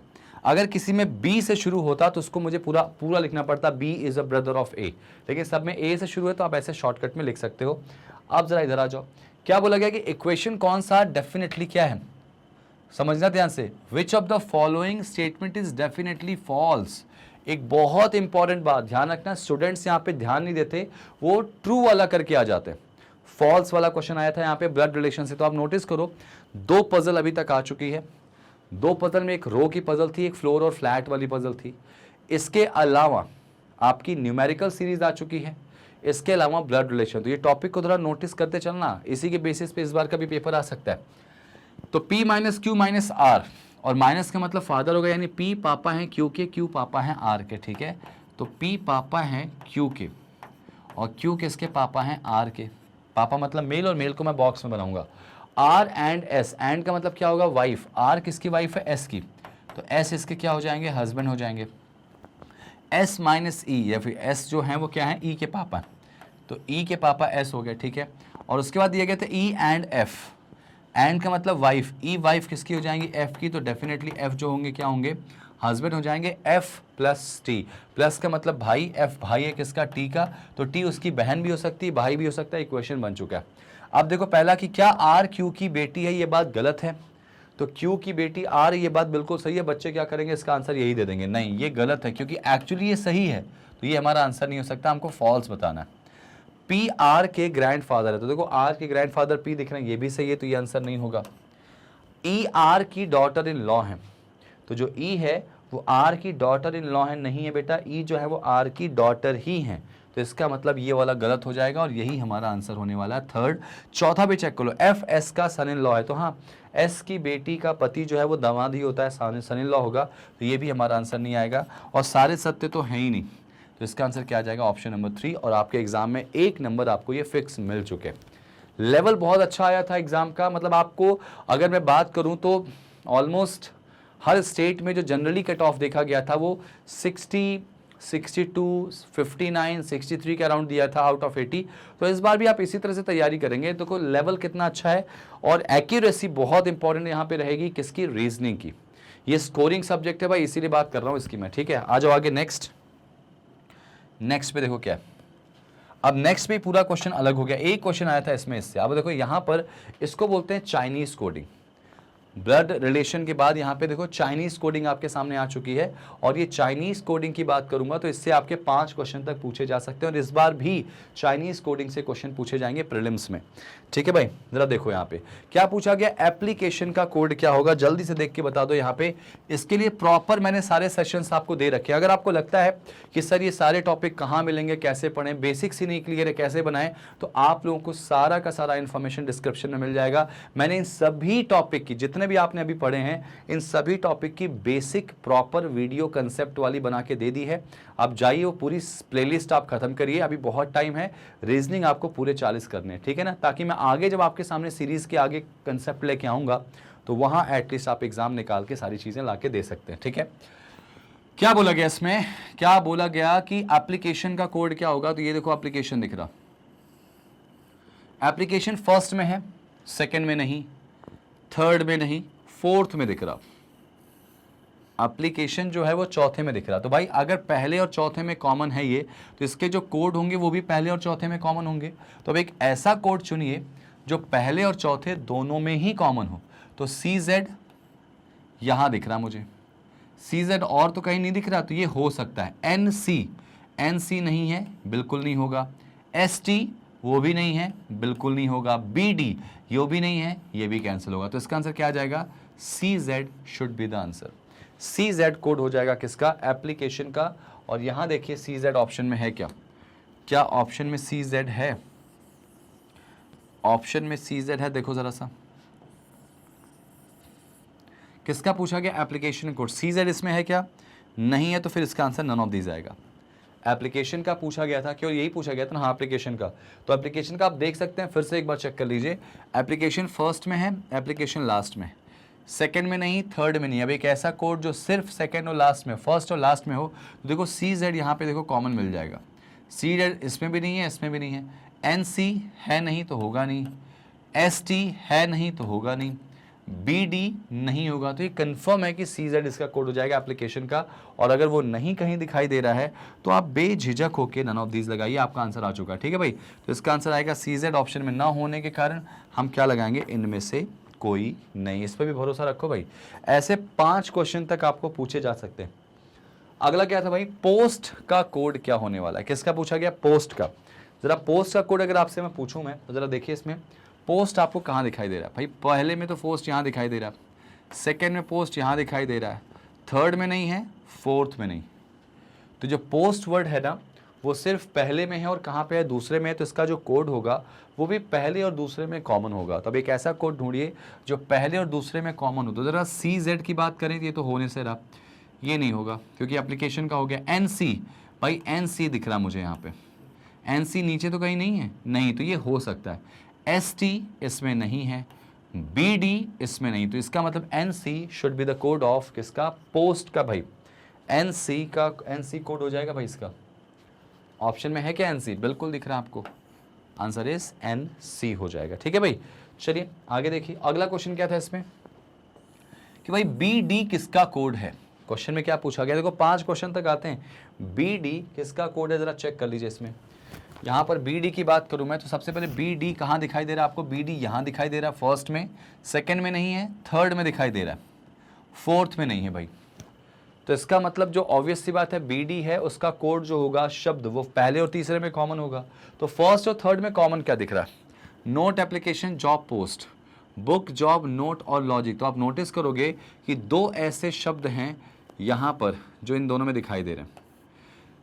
नोट, क्या नोट इसके अलावा भी कहीं पे है, तो आप देखोगे नोट पहले में दिख रहा, दूसरे में नहीं है, तीसरे में है, चौथे में नहीं है। ठीक है, जॉब, क्या जॉब और कहीं दिखाई दे रहा है आपको, जॉब पहले में ही दिख रहा, दूसरे में नहीं है, तीसरे में है, चौथे में भी जॉब नहीं है। तो इसका मतलब कि जो BD कोड हो सकता है वो नोट और जॉब किसी एक का हो सकता है। तो या तो नोट होगा या तो जॉब हो जाएगा। इसका आंसर या तो नोट होगा या तो जॉब हो जाएगा। जरा ऑप्शन देख लें इसका ऑप्शन देखो यहां पे, जरा सोचो, आपके पास नोट भी ऑप्शन में है, जॉब भी ऑप्शन में। भाई यहाँ पे हमारा इनमें से कोई एक ही आंसर होना चाहिए, तो इसका आंसर क्या लगाएंगे आप, नन ऑफ दीज। एक बार फिर से देख लो, कहीं कुछ लाइन हम लोगों ने मिस तो नहीं करी इसमें, मुझे लगता नहीं। वैसे अगर आपसे BD का पूछा गया है तो BD हमको फर्स्ट में दिखाई दे रहा है, सेकंड में तो नहीं है, थर्ड में है भाई, और बी डी इसमें भी नहीं दिख रहा। तो एक ऐसा शब्द ढूंढो जो पहले और तीसरे में कॉमन होगा। तो नोट तो हमको दिखाई दे रहा है जो पहले और तीसरे में कॉमन है, सेकंड वाले में नोट नहीं है, फोर्थ वाले में भी नोट नहीं। ऐसे ही अगर आपको देखा जाए तो जॉब शब्द की बात करूं, जॉब भी हमको दिखाई दे रहा है कहाँ पे, थर्ड में। जॉब लास्ट वाले में भी नहीं दिखाई दे रहा था। अच्छा एक बात बताओ, बीडी के अलावा कोई और कोड है क्या इन दोनों में जो कॉमन दिखाई दे रहा है आपको? तो एस टी दिखाई दे रहा है ना, एस टी दिखाई दे रहा है, एस टी और कहीं नहीं। तो भाई कंफर्म है कि बीडी कोड होगा या तो जॉब या तो नोट का। तो नन ऑफ दीज के साथ आप जा सकते हैं, नन ऑफ दीज के साथ आप बिल्कुल जा सकते हैं। तो इसका आंसर क्या आ जाएगा? इनमें से कोई नहीं, क्योंकि इसका आंसर क्या होगा, ईदर नोट और जॉब, या तो नोट या तो जॉब, ठीक है ना। चलिए आगे बढ़ जाइए। अच्छा एक और क्वेश्चन है, क्या बात है। अगला क्वेश्चन आपका है वाइस फ्रॉम लॉजिक लेटर। यहां लिख लेता हूं मैं, vice from logic letter, vice from logic letter. जरा ये देख लें इसमें इसका आंसर क्या आएगा भाई, इसका आंसर क्या आएगा चेक करो कि करके। पहले वाइस का कोड निकालते हैं। वाइस आपको यहां दिख रहा सेकंड में, फर्स्ट में नहीं है, थर्ड में नहीं है, फोर्थ में दिखाई दे रहा है। तो सेकंड और फोर्थ में कौन सा कोड कॉमन दिख रहा है देखो ध्यान से। तो पी टी इसमें नहीं है, आर एस इसमें नहीं है, एन सी इसमें नहीं है, डी पी। तो एक बात तो तय हो गई कि यही दो कॉमन है। तो वाइस का कोड तो हमको पता चल गया कि वाइस का कोड जो होगा वो क्या हो जाएगा, डी पी हो जाएगा, ठीक है। अच्छा फ्रॉम का ढूंढ लो यार। अगर मैं बात करूं फ्रॉम का, तो पहले वाले में फ्रॉम नहीं है, दूसरे में दिखाई दे रहा फ्रॉम, तीसरे में देखो यहाँ नहीं है। तो फ्रॉम शब्द अगर देखा जाए तो सिर्फ कहाँ पे आ रहा, फ्रॉम शब्द जो है वो कहाँ पे आ रहा है, तो फॉर्म बोल रहा हूँ मैं, फ्रॉम बोल रहा हूँ, इट इज़ फॉर्म ना, शायद फॉर्म ही है वहाँ पे, मैंने गलत लिखा है, इस बार देख लो। हाँ फॉर्म है बेटा, FORM है। तो जो फॉर्म शब्द है वो हमको सिर्फ सेकंड में दिखाई दे रहा है, थर्ड में नहीं है, फोर्थ में नहीं है।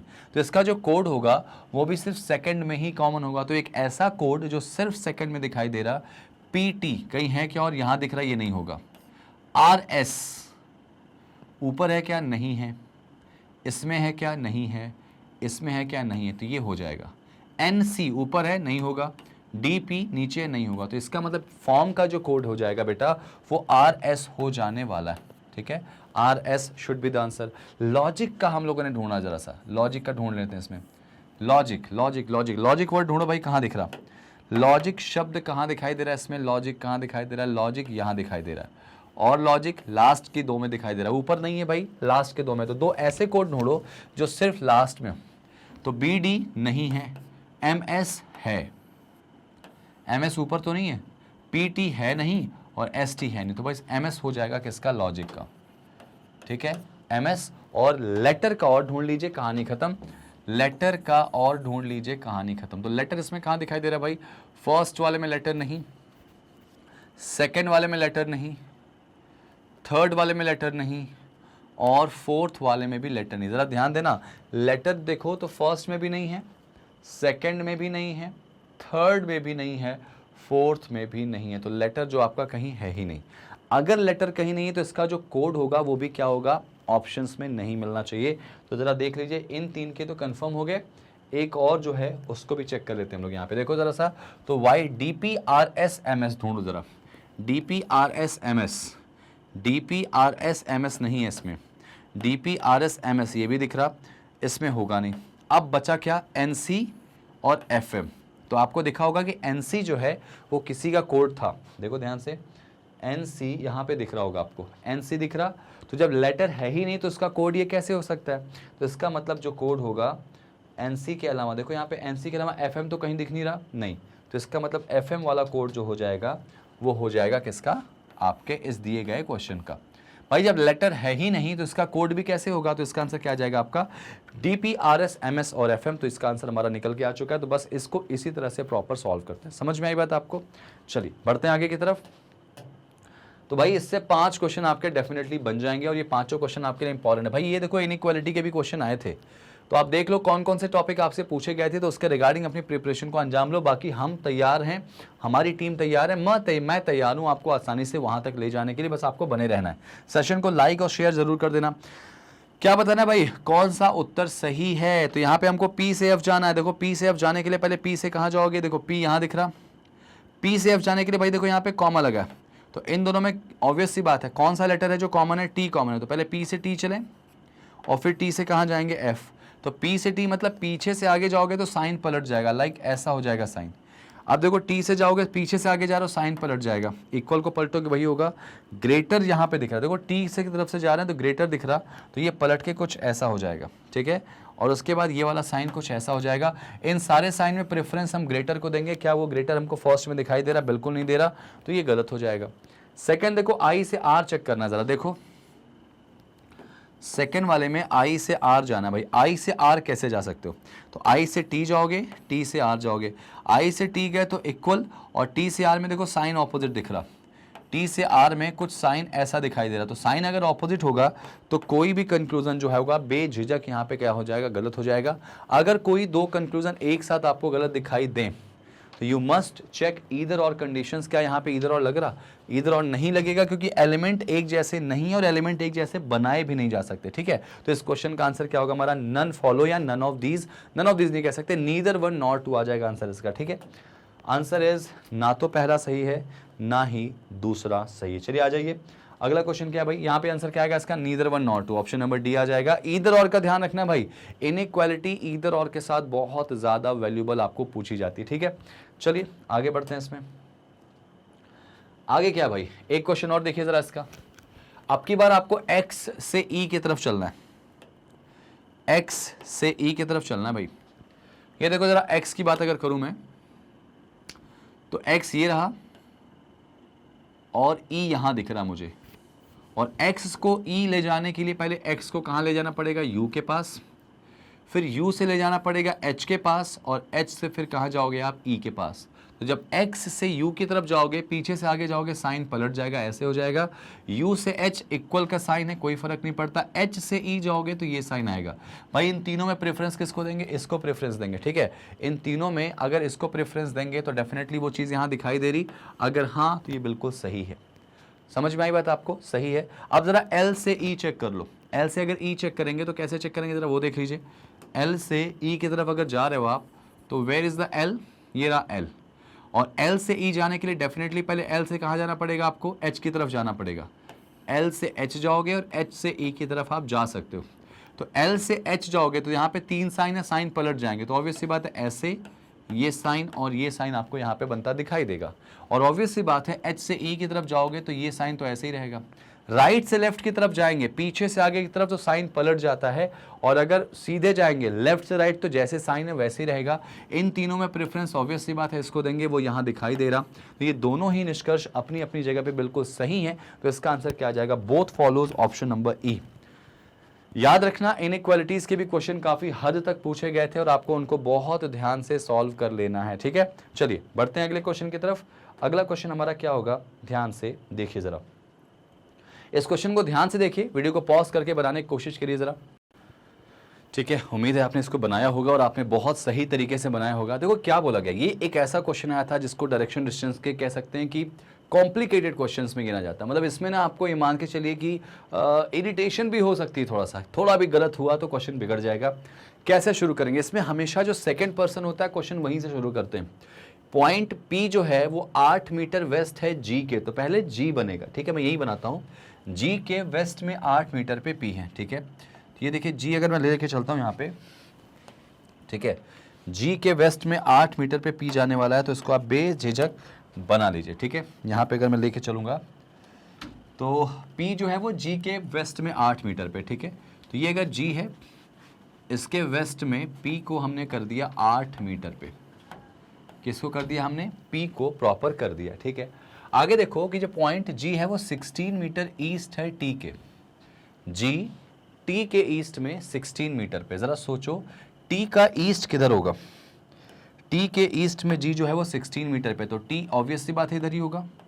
तो T के ईस्ट में ये डिस्टेंस कितनी हो जाएगी 8, और 8 16 हो जाएगी। तो टी के ईस्ट में जी कितने पे आ गया, 16 पे आ चुका है। ठीक है, आगे देखो पॉइंट एच जो है वो ईस्ट में है ई के, एच ई के ईस्ट में है। तो इसको मैं क्या करता हूँ, अभी थोड़ा सा इस लाइन को अलग से लिख लेता हूँ, मतलब छोड़ देता हूँ। एच ई के ईस्ट में, तो अभी मुझे ई का कुछ नहीं पता चला। आगे जरा पढ़ो। ई जो है वो 5 मीटर नॉर्थ वेस्ट है एल के, इस लाइन को भी छोड़ दो अभी। ए जो है वो 12 मीटर साउथ है एफ के, छोड़ दो। And point P is mid point between them. ठीक है, ये लाइन में भी छोड़ रहे हैं भाई। कुछ आगे जरा देखें, हिंट मिल रहा है क्या, एल पी और जी के बारे में कुछ बात बोली गई क्या इसमें। ठीक है, आगे देखो, यहां पे एक चीज नोटिस करना, पॉइंट ए जो है वो 12 मीटर साउथ है एफ के, एंड पॉइंट पी जो है इनके बीच में है। ऑब्वियस सी बात है कि पी अगर बीच में होगा तो ए से 12 मीटर क्या जाओगे, ए जो है वो 12 मीटर साउथ में होगा एफ के, तो नो डाउट एफ ऊपर होने वाला है। यहाँ पे एफ ऊपर होगा और ये डिस्टेंस जो होगी 12 मीटर हो जाएगी। तो नो डाउट 6 इधर ले लेते हैं, 6 इधर ले लेंगे, यहाँ पे कौन आ जाएगा, ए। और इनमें क्या बोला गया है कि एफ के साउथ में ए है, साउथ मतलब नीचे की तरफ। ठीक है, ये देखो ना, A is 12 meter south of F, and point जो पी है वो इन्हीं दोनों के बीच में, तो एग्जैक्टली बीच में आएगा। तो 12 का आधा 6 होगा ना, तो एग्जैक्टली बीच में पी आ चुका है। अच्छा भाई, अब एफ और ए से रिलेट करके कुछ ऊपर है क्या, अभी नहीं है ऊपर। ठीक है, आगे बढ़ जाओ जरा सा। एल जो है वो 8 मीटर साउथ है एस के, छोड़ो जरा इसको। एच जो बोला गया है मिड पॉइंट में है किसके, एल और एस के। और पॉइंट टी जो है, टी के बारे में देखो जिक्र किया गया, 14 मीटर साउथ है ई के। ये जो टी है वो साउथ में है, कितना भाई, 14 मीटर, किसके, ई के। तो ई के अगर साउथ में बोला गया है तो कितने मीटर पे भाई, ई के साउथ में देखा जाए तो ई के साउथ में एस जो है, एल 8 मीटर साउथ में है एस के। और लास्ट में बोला गया था कि जो टी है वो 14 मीटर साउथ है ई के। तो ई के 14 मीटर साउथ में, तो ई कहीं यहाँ होगा। ई के ये 14 मीटर साउथ में है। जिस 14 में आप ये चीज़ नोटिस करोगे, नोटिस करने वाला पॉइंट क्या है कि ये डिस्टेंस यहाँ तक कितनी, ये डिस्टेंस 6 हो जाएगी। ये डिस्टेंस जो है यहाँ तक जो है 6 ये है, तो ये भी कितना हो जाएगा, 6। तो ऊपर ये जो हो जाएगा 8 हो जाएगा। ठीक है, तो ई और 8 की कहानी हो गई। अच्छा, टी जो है वो साउथ में, तो इसको कर लिया मैंने। अब जैसे ही तुमने ये लाइन बना ली, नोटिस करो ऊपर का ओपन हो गया करा कंसेप्ट, क्योंकि जैसे ही तुम्हारा ई आया, अगर मैं इसको हटाऊं यहां से, ए वाला डेटा हो गया था ना, ये देखो ई वाला डेटा आ गया आपके सामने।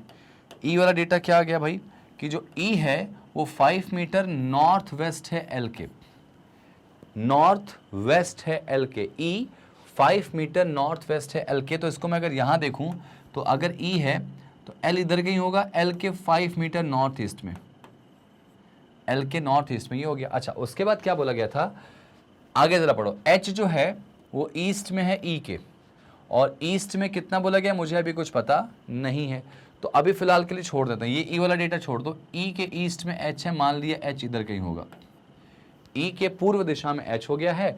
और आगे देखो जी जो है वो 16 मीटर पॉइंट पे ई के, चलो ये तो बन गया था। आगे एच जो है वो ईस्ट में है ई के, ये भी बन गया। ई जो है वो 5 मीटर नॉर्थ वेस्ट में है एल के, चलो वो ठीक है।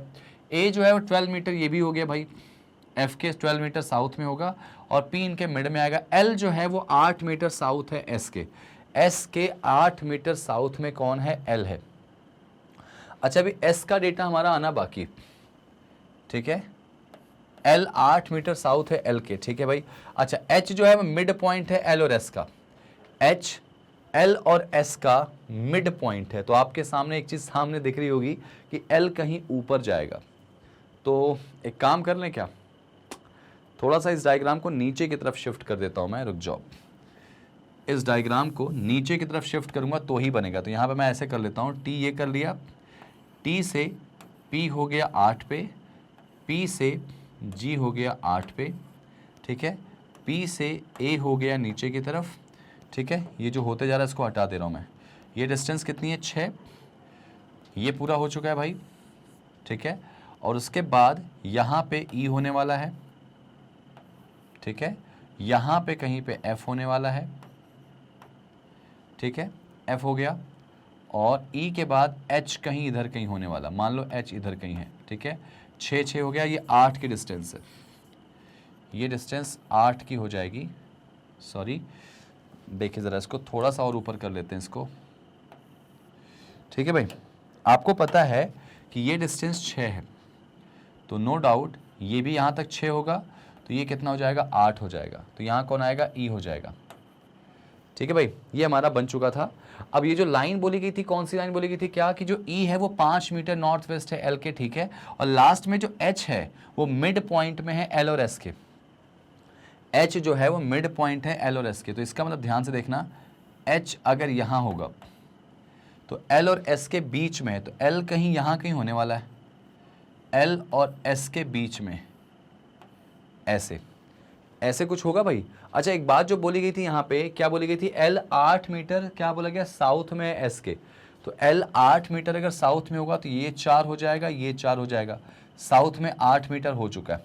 और ये जो ऊपर की एक लाइन बोली गई थी क्या, कि ई जो है वो 5 मीटर नॉर्थ वेस्ट है एल के, तो एल का नॉर्थ वेस्ट क्या होगा, यही तो होगा ना, और ई जो है वो 5 मीटर नॉर्थ वेस्ट बोला गया, तो नो डाउट ये डिस्टेंस कितनी हो जाएगी, 5 मीटर की। ठीक है भाई, ये हमारा डन हो चुका है। आगे देखो इसमें क्या बोला गया, T is 14 meter south of E, जो टी है वो 14 मीटर साउथ में ई के, तो 8 और 6 14 हो चुका है। सारी कंडीशन आपने बना ली है। यहाँ पे मुझे लगता नहीं कुछ पॉइंट छूटा है, एक बार फिर भी आप मिला लें, क्योंकि देखो क्वेश्चन बनने के बाद से ऐसा नहीं कि बाद में जाके गड़बड़ हो जाए, गलत हो जाए। एच के लिए अभी मुझे डेटा नहीं पता है, अगर आपका एच का डेटा नहीं पता तो आप निकाल सकते हो। कैसे निकाल सकते हो, अगर ये 4 है ये 5 है तो ये निकाला जा सकता है। समझ में आई बात, पाइथागोरस लगा के, जिससे हमको पता चल जाएगा कि डिस्टेंस कितनी है ई और एच की।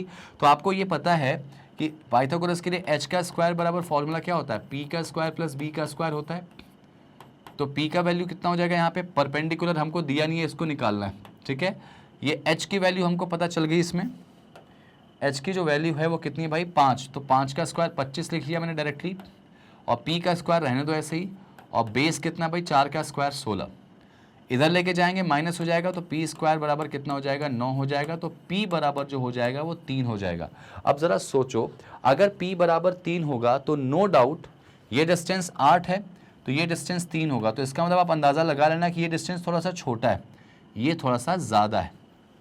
ठीक है, ये डिस्टेंस थोड़ा छोटा है, लगे तो आप इसको ऐसे बढ़ा दो थोड़ा सा, अगर आपको लग रहा है तो इसको आप थोड़ा सा ऐसे पी वाले को बढ़ा सकते हैं। यहाँ पे पी को कर दीजिए ऐसे, ठीक है, यहाँ पे ऐसे जी को कर दीजिए, और पी के नीचे कौन है भाई, ए है, और यहाँ कौन है, ऐसे एफ है, ऐसे था ना। ये देखिए, ये आपका 6 हो जाएगा, ये 6 हो जाएगा, ये 8 हो जाएगा। तो कुछ ये आपका प्रॉपर डायग्राम बन के आ रहा है, सारी कंडीशन के साथ कि जो P है वो 8 मीटर वेस्ट है G के, तो G के 8 मीटर वेस्ट में कौन हो जाएगा, P, और आगे बोला गया G जो है 16 मीटर क्या है, पॉइंट T से क्या है, ईस्ट में, ये भी सही था। H जो है वो ईस्ट में E के, बिल्कुल सही है, देखो ईस्ट में E के है, यानी ऐसे बन चुका है। और उसके बाद बोला गया E जो है वो 5 मीटर नॉर्थ वेस्ट में L के, तो E L से 5 मीटर नॉर्थ वेस्ट में, ये भी सही था हमारा। और उसके बाद देखो यहाँ पे क्या बोला गया, ठीक है, A जो है वो 12 मीटर साउथ है F के, तो F के साउथ में 12 मीटर पे, ये भी हमारा सही था। और आगे बोला गया P जो है इनके बीच में आ रहा, वो सब ठीक है, मतलब सारी कंडीशन बन गई। L 8 मीटर साउथ में S के, तो S के साउथ में L 8 मीटर पे आ गया। H जो है वो मिड पॉइंट है L और S का, बिल्कुल है। और पॉइंट T जो है वो 14 मीटर साउथ है किसके, E के, तो E के 14 मीटर साउथ का मतलब ये अगर डिस्टेंस 6 है, सॉरी अगर ये डिस्टेंस यहाँ 6 है तो ये भी 6 होगा, तो ये 8 हो जाएगा। क्वेश्चन हमारा बन चुका है। अब इसको बनाने में आपको ध्यान रखना, छोटी छोटी जो सावधानियां हैं वो बिल्कुल लेके चलिए, क्योंकि उससे क्वेश्चन आप काफ़ी गलती कर सकते हैं। भाई बताओ, F के रिस्पेक्ट में L कहाँ पे, in which direction point L is respect of L, यानी पूछा L का गया कि L कहाँ पे है भाई F के रिस्पेक्ट में। तो देखो नोटिस करो, ये डिस्टेंस कितनी है भाई, ये 8 है, और ये डिस्टेंस कितनी है, 4, तो ऑब्वियस सी बात है L थोड़ा ऊपर होगा। यानी अगर मैं अलग से दिखाऊं डायग्राम के रिस्पेक्ट में, तो ये देखो ये F है और L कुछ ऐसे होगा, क्योंकि ये डिस्टेंस कितनी भाई, 4 ही है ना, और ये 4 डिस्टेंस है, ये 8 है, तो इसके आधे पे कहीं L होने वाला है। तो L जो है वो डेफिनेटली कहाँ हो जाएगा, अगर इसके रिस्पेक्ट में बात करें तो ईस्ट, वेस्ट, नॉर्थ और साउथ, ये कहाँ आ जाएगा भाई, नॉर्थ वेस्ट में आ जाएगा। यानी L जो है वो उत्तर पश्चिम दिशा में हो जाएगा, कहाँ से, F की तरफ से, north west. North west option में कहाँ दिखाई दे रहा, किससे पूछा गया भाई? एफ से ना, कि L is in which direction with respect of F. तो हाँ, एफ के नॉर्थ वेस्ट में हो जाएगा, और नॉर्थ वेस्ट ऑप्शन में नहीं दिखाई दे रहा, तो इसका आंसर क्या आएगा? इनमें से कोई नहीं। देखो एक बात क्लियर हो गई है कि अगर एस से नीचे 8 में जाओगे तो ही मिलेगा एल, और 8 का मतलब अगर एच बीच में, तो 4 और 4, ये डिस्टेंस 4 होगी। तुमको पता है ये डिस्टेंस कितनी है? 14। 14 में से आपको ये पता है कि यहाँ पे कहीं पे ये 6 है, तो ये भी क्या हो जाएगा? 6। और ये पूरा 8 है। अगर ये पूरा 8 होगा तो ये 4 बोला जाए तो 4 का मतलब 8 का आधा ही होगा ना, और ये 8 के आधे में है नहीं, तो डेफिनेटली एफ से कहाँ पे होगा? नॉर्थ और ईस्ट के, नॉर्थ और वेस्ट के बीच में होगा, तो नॉर्थ वेस्ट ऑप्शन में नहीं हो गया, इसलिए इसका आंसर नन ऑफ दीज आ जाएगा। चलिए अगला क्वेश्चन देखते हैं, इससे कुछ और है क्या? बस एक ही क्वेश्चन हालांकि वहाँ पे दिया गया है, लेकिन इससे एक आध दो क्वेश्चन और पूछा गया था, मुझे ऐसी उम्मीद है, क्योंकि क्वेश्चन बहुत अच्छा था। समझ में आई बात आपको? सारी की सारी कंडीशन समझ में आ गई, कैसे करना है कैसे नहीं करना। ठीक है, चलिए जरा बढ़ते हैं अगले क्वेश्चन पे।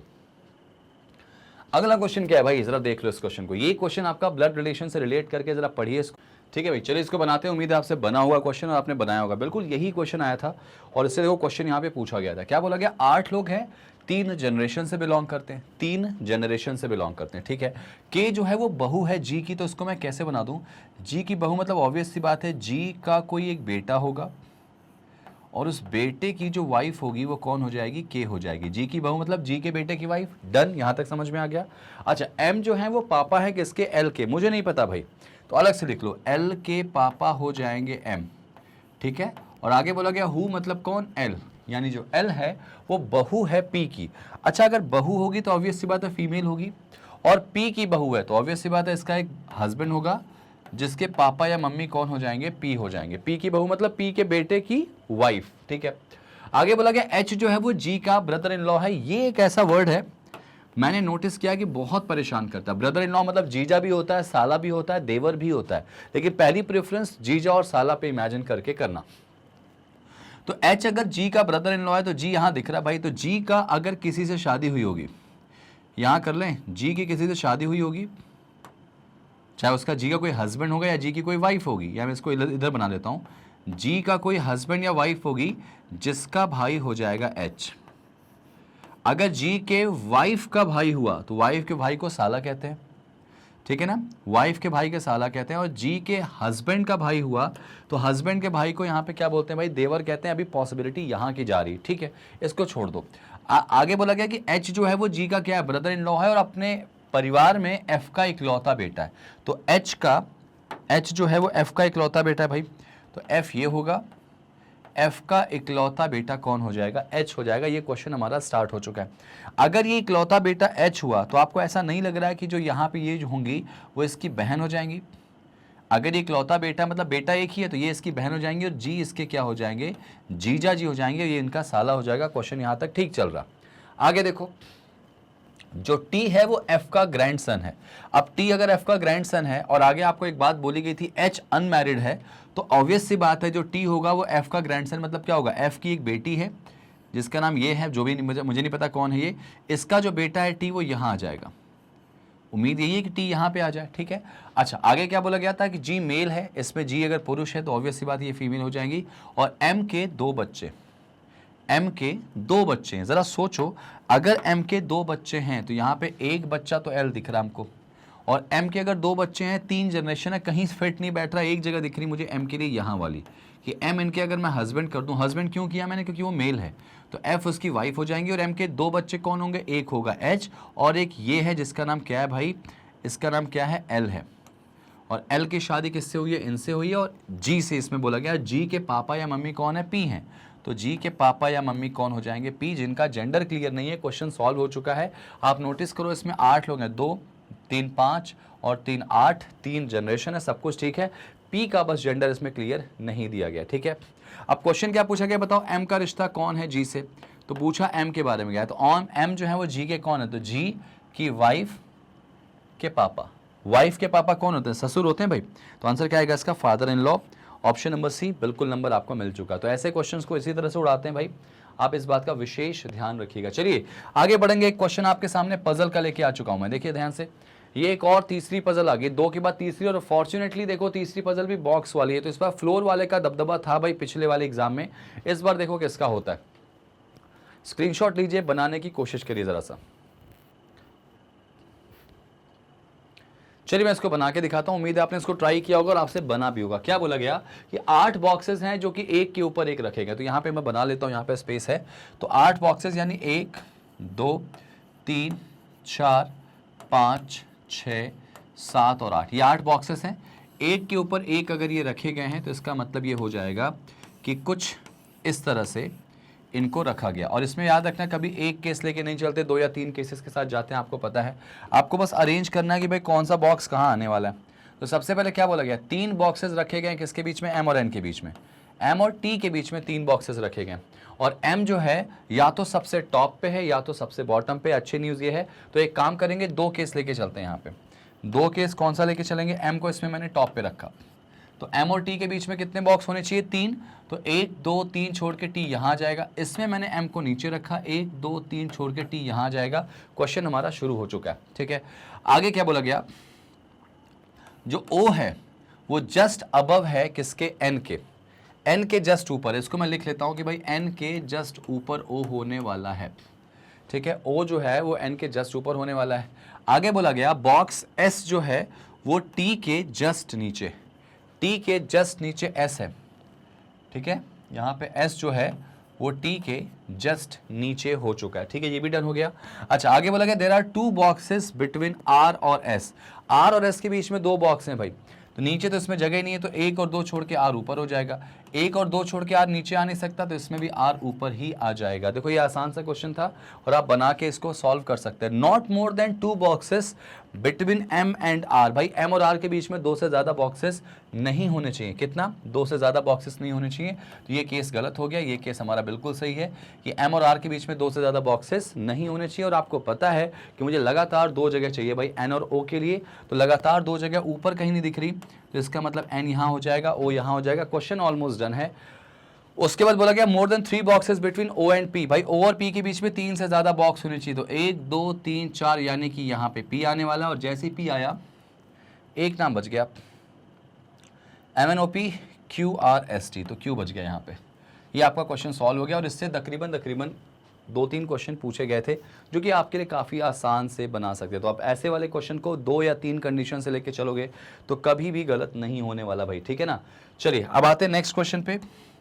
इससे 2-3 क्वेश्चन तक पूछे गए थे जो कि आपको आसानी से बन जाएंगे अगर आप प्रॉपर पूरा क्या बना लेंगे इसका सॉल्यूशन। तो सिलोगिज्म भी इंट्रोड्यूस हुआ था, इनइक्वालिटी और सिलोगिज्म मिला के शायद 5 क्वेश्चन आए थे। तो यहाँ पे देखो क्या बोला गया, ऑल इंजीनियर्स आर विलेजर्स, सारे के सारे इंजीनियर विलेजर्स हैं। तो इंजीनियर पूरा किसके अंदर आ गया, विलेजर्स के अंदर आ गया। No villagers is a nurse, कोई भी जो विलेजर्स है वो नर्स नहीं है भाई।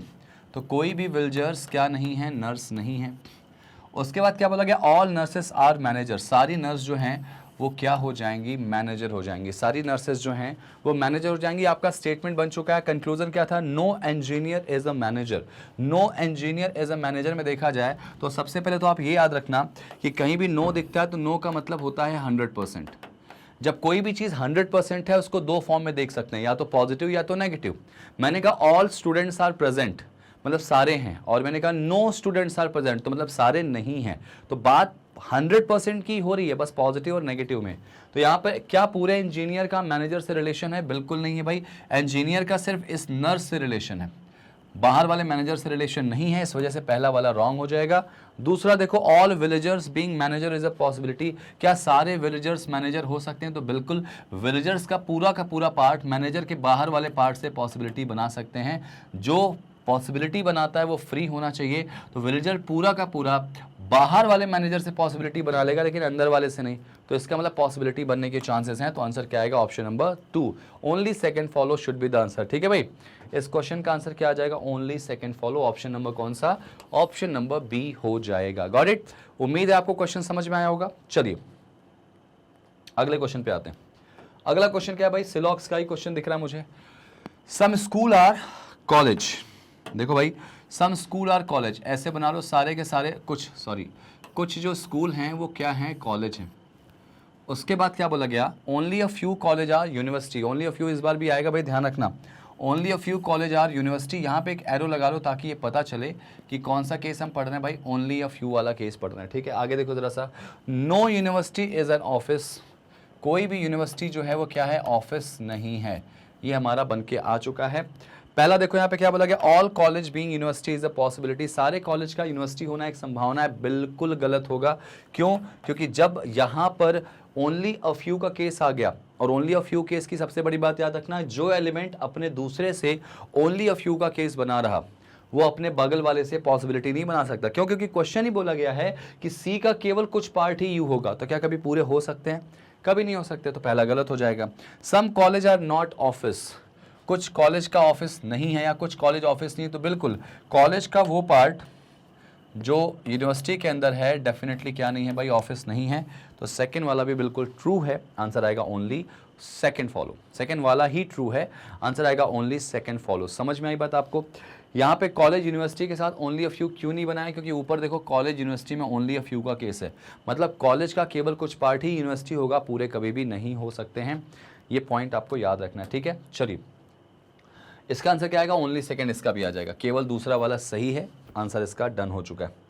आगे बढ़ लें नेक्स्ट क्वेश्चन पे। ये देखो तीसरा क्वेश्चन क्या था भाई, नो स्कूल आर कॉलेज, कोई भी स्कूल जो है वो कॉलेज नहीं है। डायग्राम बना दो, कोई भी स्कूल कॉलेज नहीं है। ओनली कोचिंग आर कॉलेज, केवल कोचिंग जो है वो कॉलेज हैं। अच्छा एक बात बताओ, ओनली वाला केस आपको पता है ना, ओनली कोचिंग आर कॉलेज का डायग्राम क्या बनेगा, सारे कॉलेज जो है वो किसके अंदर आ जाएंगे, कोचिंग के अंदर आ जाएंगे, ठीक है ना। तो इसको थोड़ा सा साफ बड़ा बनाते हैं। क्या था, नो स्कूल इज कॉलेज ना, नो स्कूल इज कॉलेज, ये कॉलेज है, ठीक है। और ओनली कोचिंग आर कॉलेज का मतलब सारे कॉलेज किसके अंदर आ जाएंगे, कोचिंग के अंदर आ जाएंगे, सारे कॉलेज जो हैं वो कोचिंग के अंदर आ जाएंगे। इसको मैं डाउट लगा रहा हूँ क्योंकि ओनली अ फ्यू का केस बना दिया है, ठीक है ना। और लास्ट में क्या, only a few college are office, only a few college are office, मतलब यही बना लो आप, only a few college are office. Question बहुत अच्छा बन गया। चलिए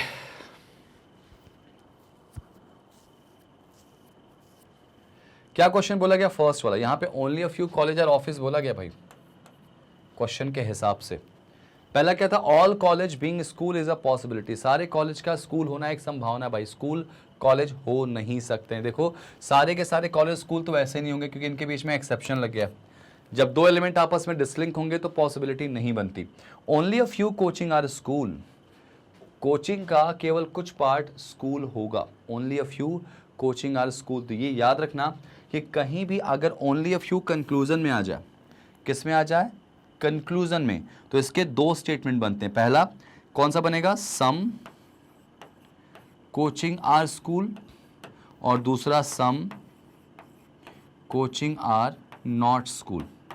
याद रखिएगा अगर ओनली अ फ्यू केस कहीं भी कंक्लूजन में आ जाएगा तो उसकी दोनों चीजें चेक करना पड़ता। ओनली अ फ्यू का मतलब क्या होगा कि केवल कुछ इंडियन फुटबॉलर हैं, तो इसका मतलब डेफिनेटली इसके अंदर दो वाक्य बन के आ रहे हैं। अगर केवल कुछ इंडियन फुटबॉलर हैं तो इसका मतलब डेफिनेटली कुछ, डेफिनेटली क्या है, फुटबॉलर नहीं है।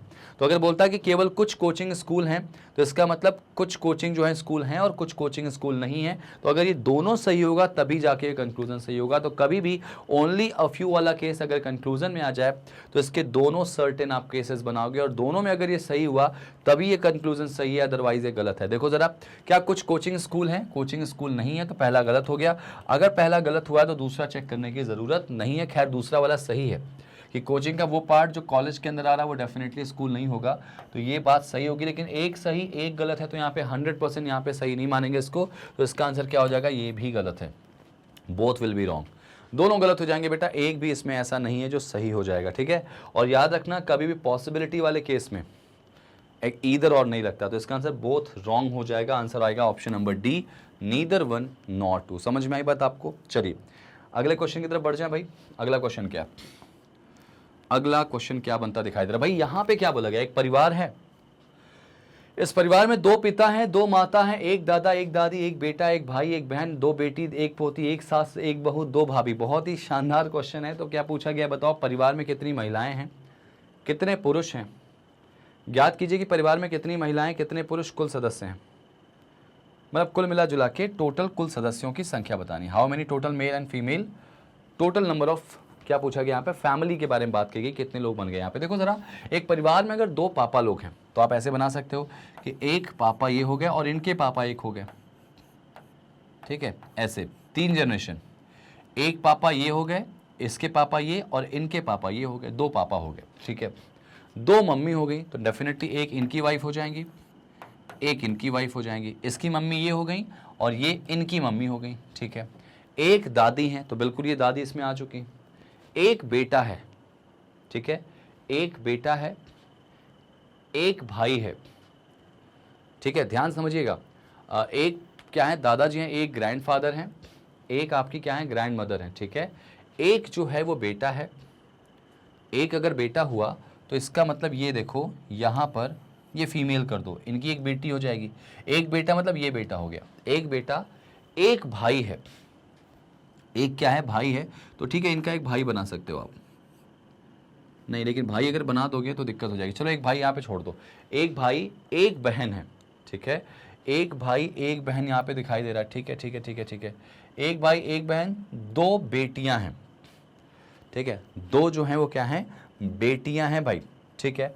और क्या बोला गया, एक सास है, एक बहू है। देखो सास तो ये हो गई हैं, इनकी सास ये हो गई, इनकी एक बहू हो गई है, तो क्या बोला गया, 2 जो हैं वो क्या हैं, ननद लोग हैं, 2 सिस्टर इन लॉ हैं। तो आपको ऐसा क्यों नहीं लग रहा कि एक इनकी बहन हो जाएंगी, एक इनकी बहन हो गई यहाँ पे सिस्टर इन लॉ।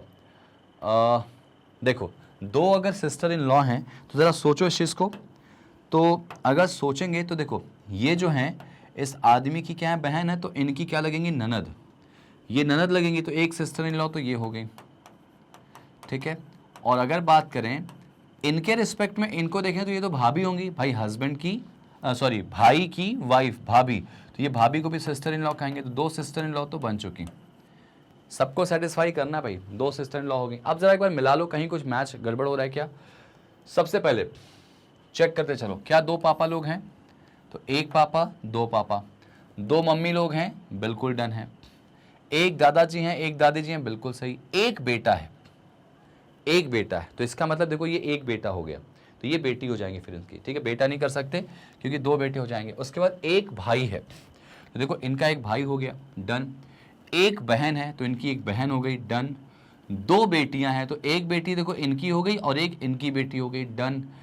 एक ग्रैंड डॉटर है, देखो ये ग्रैंड डॉटर भी हो गई, डन। एक सास और एक बहू है, तो ये देखो इनकी ये सास हो गई, ये इनकी बहू हो गई। 2 जो हैं वो सिस्टर इन लॉज हैं, तो एक ननद हो गई और एक भाभी, दोनों को सिस्टर इन लॉ ही कहते हैं। क्वेश्चन डन हो गया भाई। परिवार में कितने लोग हैं, गिनो, 1 2 3 4 5 और 6, तो आंसर इसका 6 आ जाएगा, 6 आ जाएगा। बड़ा अच्छा क्वेश्चन है, घुमा के दिया गया क्वेश्चन है। और कितने मेल अगर गिनना चाहो तो गिन लो, 1 2, सिर्फ 2 ही मेल हैं।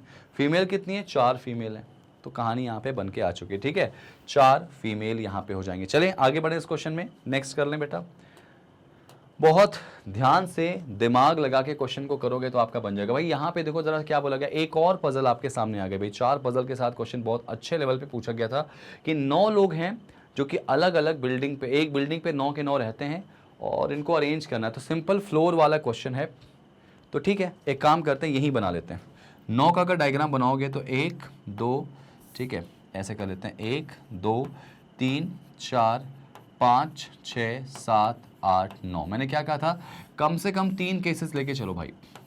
अगर आप 3 केसेस लेके चलोगे तो आप आसानी के साथ इस क्वेश्चन को सॉल्व कर लोगे। तो 1 केस, 2 केस और 3 केस, बन गए तीनों केस। अब ज़रा जल्दी जल्दी पढ़ लें इसको और बनाने की कोशिश करते हैं। देखो यहाँ से शुरू होता है question, more than 4 person are between P4 and P more than 4 person are living above P4। भाई P4 के ऊपर 4 से ज़्यादा लोग हैं, मतलब 5 हो सकते हैं, 6 हो सकते हैं, 7 हो सकते हैं। तो देखो 4 से ज़्यादा में 5 की अगर कंडीशन देखें तो 1 2 3 4 5, तो P4 यहाँ आ जाएगा भाई। इसके ऊपर 4 लोग हैं, 5 लोग हैं, 4 से ज़्यादा लोग हो गए। एक में P4 अगर चाहो तो आप यहाँ कर सकते हो, 1 2 3 4 5 6, और एक में P4 आप चाहो तो यहाँ कर सकते हो, यहाँ पे एक कंडीशन और बन सकती है लेकिन छोड़ दो उसको। आगे देखो जरा क्या बोला गया, 3 लोग बैठे हैं किसके बीच में, P6 और P1 के बीच में, ठीक है। तो एक काम करेंगे, मुझे नहीं पता, P6 और P1 के बीच में 3 लोग हैं, 1 2 और 3 बोला गया यहाँ पे, ऐसे मैंने कर दिया। हो सकता है P1 ऊपर हो, ठीक है। और आगे बोला गया P1 जो है ना वो P8 के नीचे, तो अगर P1 P8 के नीचे तो इसको बना लेते हैं ऐसे कि P8 जहाँ भी होगा उसके नीचे कहीं पर P1 होने वाला है, ठीक है। ये भी हमारा बन चुका है। P2 जो है वो इमीडिएटली अबव है P9 के, P2 जो है वो P9 के जस्ट ऊपर है, ठीक है, तो P9 के जस्ट ऊपर जो होगा वो P2 हो जाएगा। डन। आगे देखो जरा सा, P2 is immediately above P9 and immediately below P8। अच्छा भाई, P2 जो है वो P8 के जस्ट नीचे भी है, तो ऐसे कर लें, P8 के जस्ट नीचे P2 है और यही P2 P9 के जस्ट ऊपर है। ये तीन एक साथ होने वाले भाई। आगे जरा देखो, इसमें आगे क्या बोला गया, जो P3 है ना वो P4 के नीचे होने वाला है, P3। तो यार ये जो कंडीशन थी ना कि हम नीचे रख रहे थे वो गलत हो जाएगा, P3 यहाँ पे आ जाएगा, देखो P4 के नीचे है कहीं पर एंड अबव P5। लो भाई, ये केस तो पूरा ही गलत हो गया, तो यहाँ पे P5 यहाँ आ जाएगा, ये P3 हो गया और ये P4 हो गया। P4 के ऊपर P3 है और नीचे क्या है भाई, P5 के, सॉरी ये आपका P5 होगा, ठीक है, ये जो होगा ये P5 हो जाएगा। जस्ट अ सेकेंड, यहाँ पे P5 हो गया। क्या बोला गया था यहाँ पे, पढ़ो, ये बोला गया था कि जो P3 है वो P4 के तो नीचे होने वाला भाई, P4 के नीचे होगा लेकिन P5 के ऊपर होगा, तो ये तो केस यहाँ बन गया। यहाँ देखो ज़रा, अगर मैं बात करूँ किसकी, P4 के नीचे P3 होगा और P5 के ऊपर होगा, तो एक काम करते हैं, P3 इसमें यहाँ रख लेते हैं और यहाँ पे P5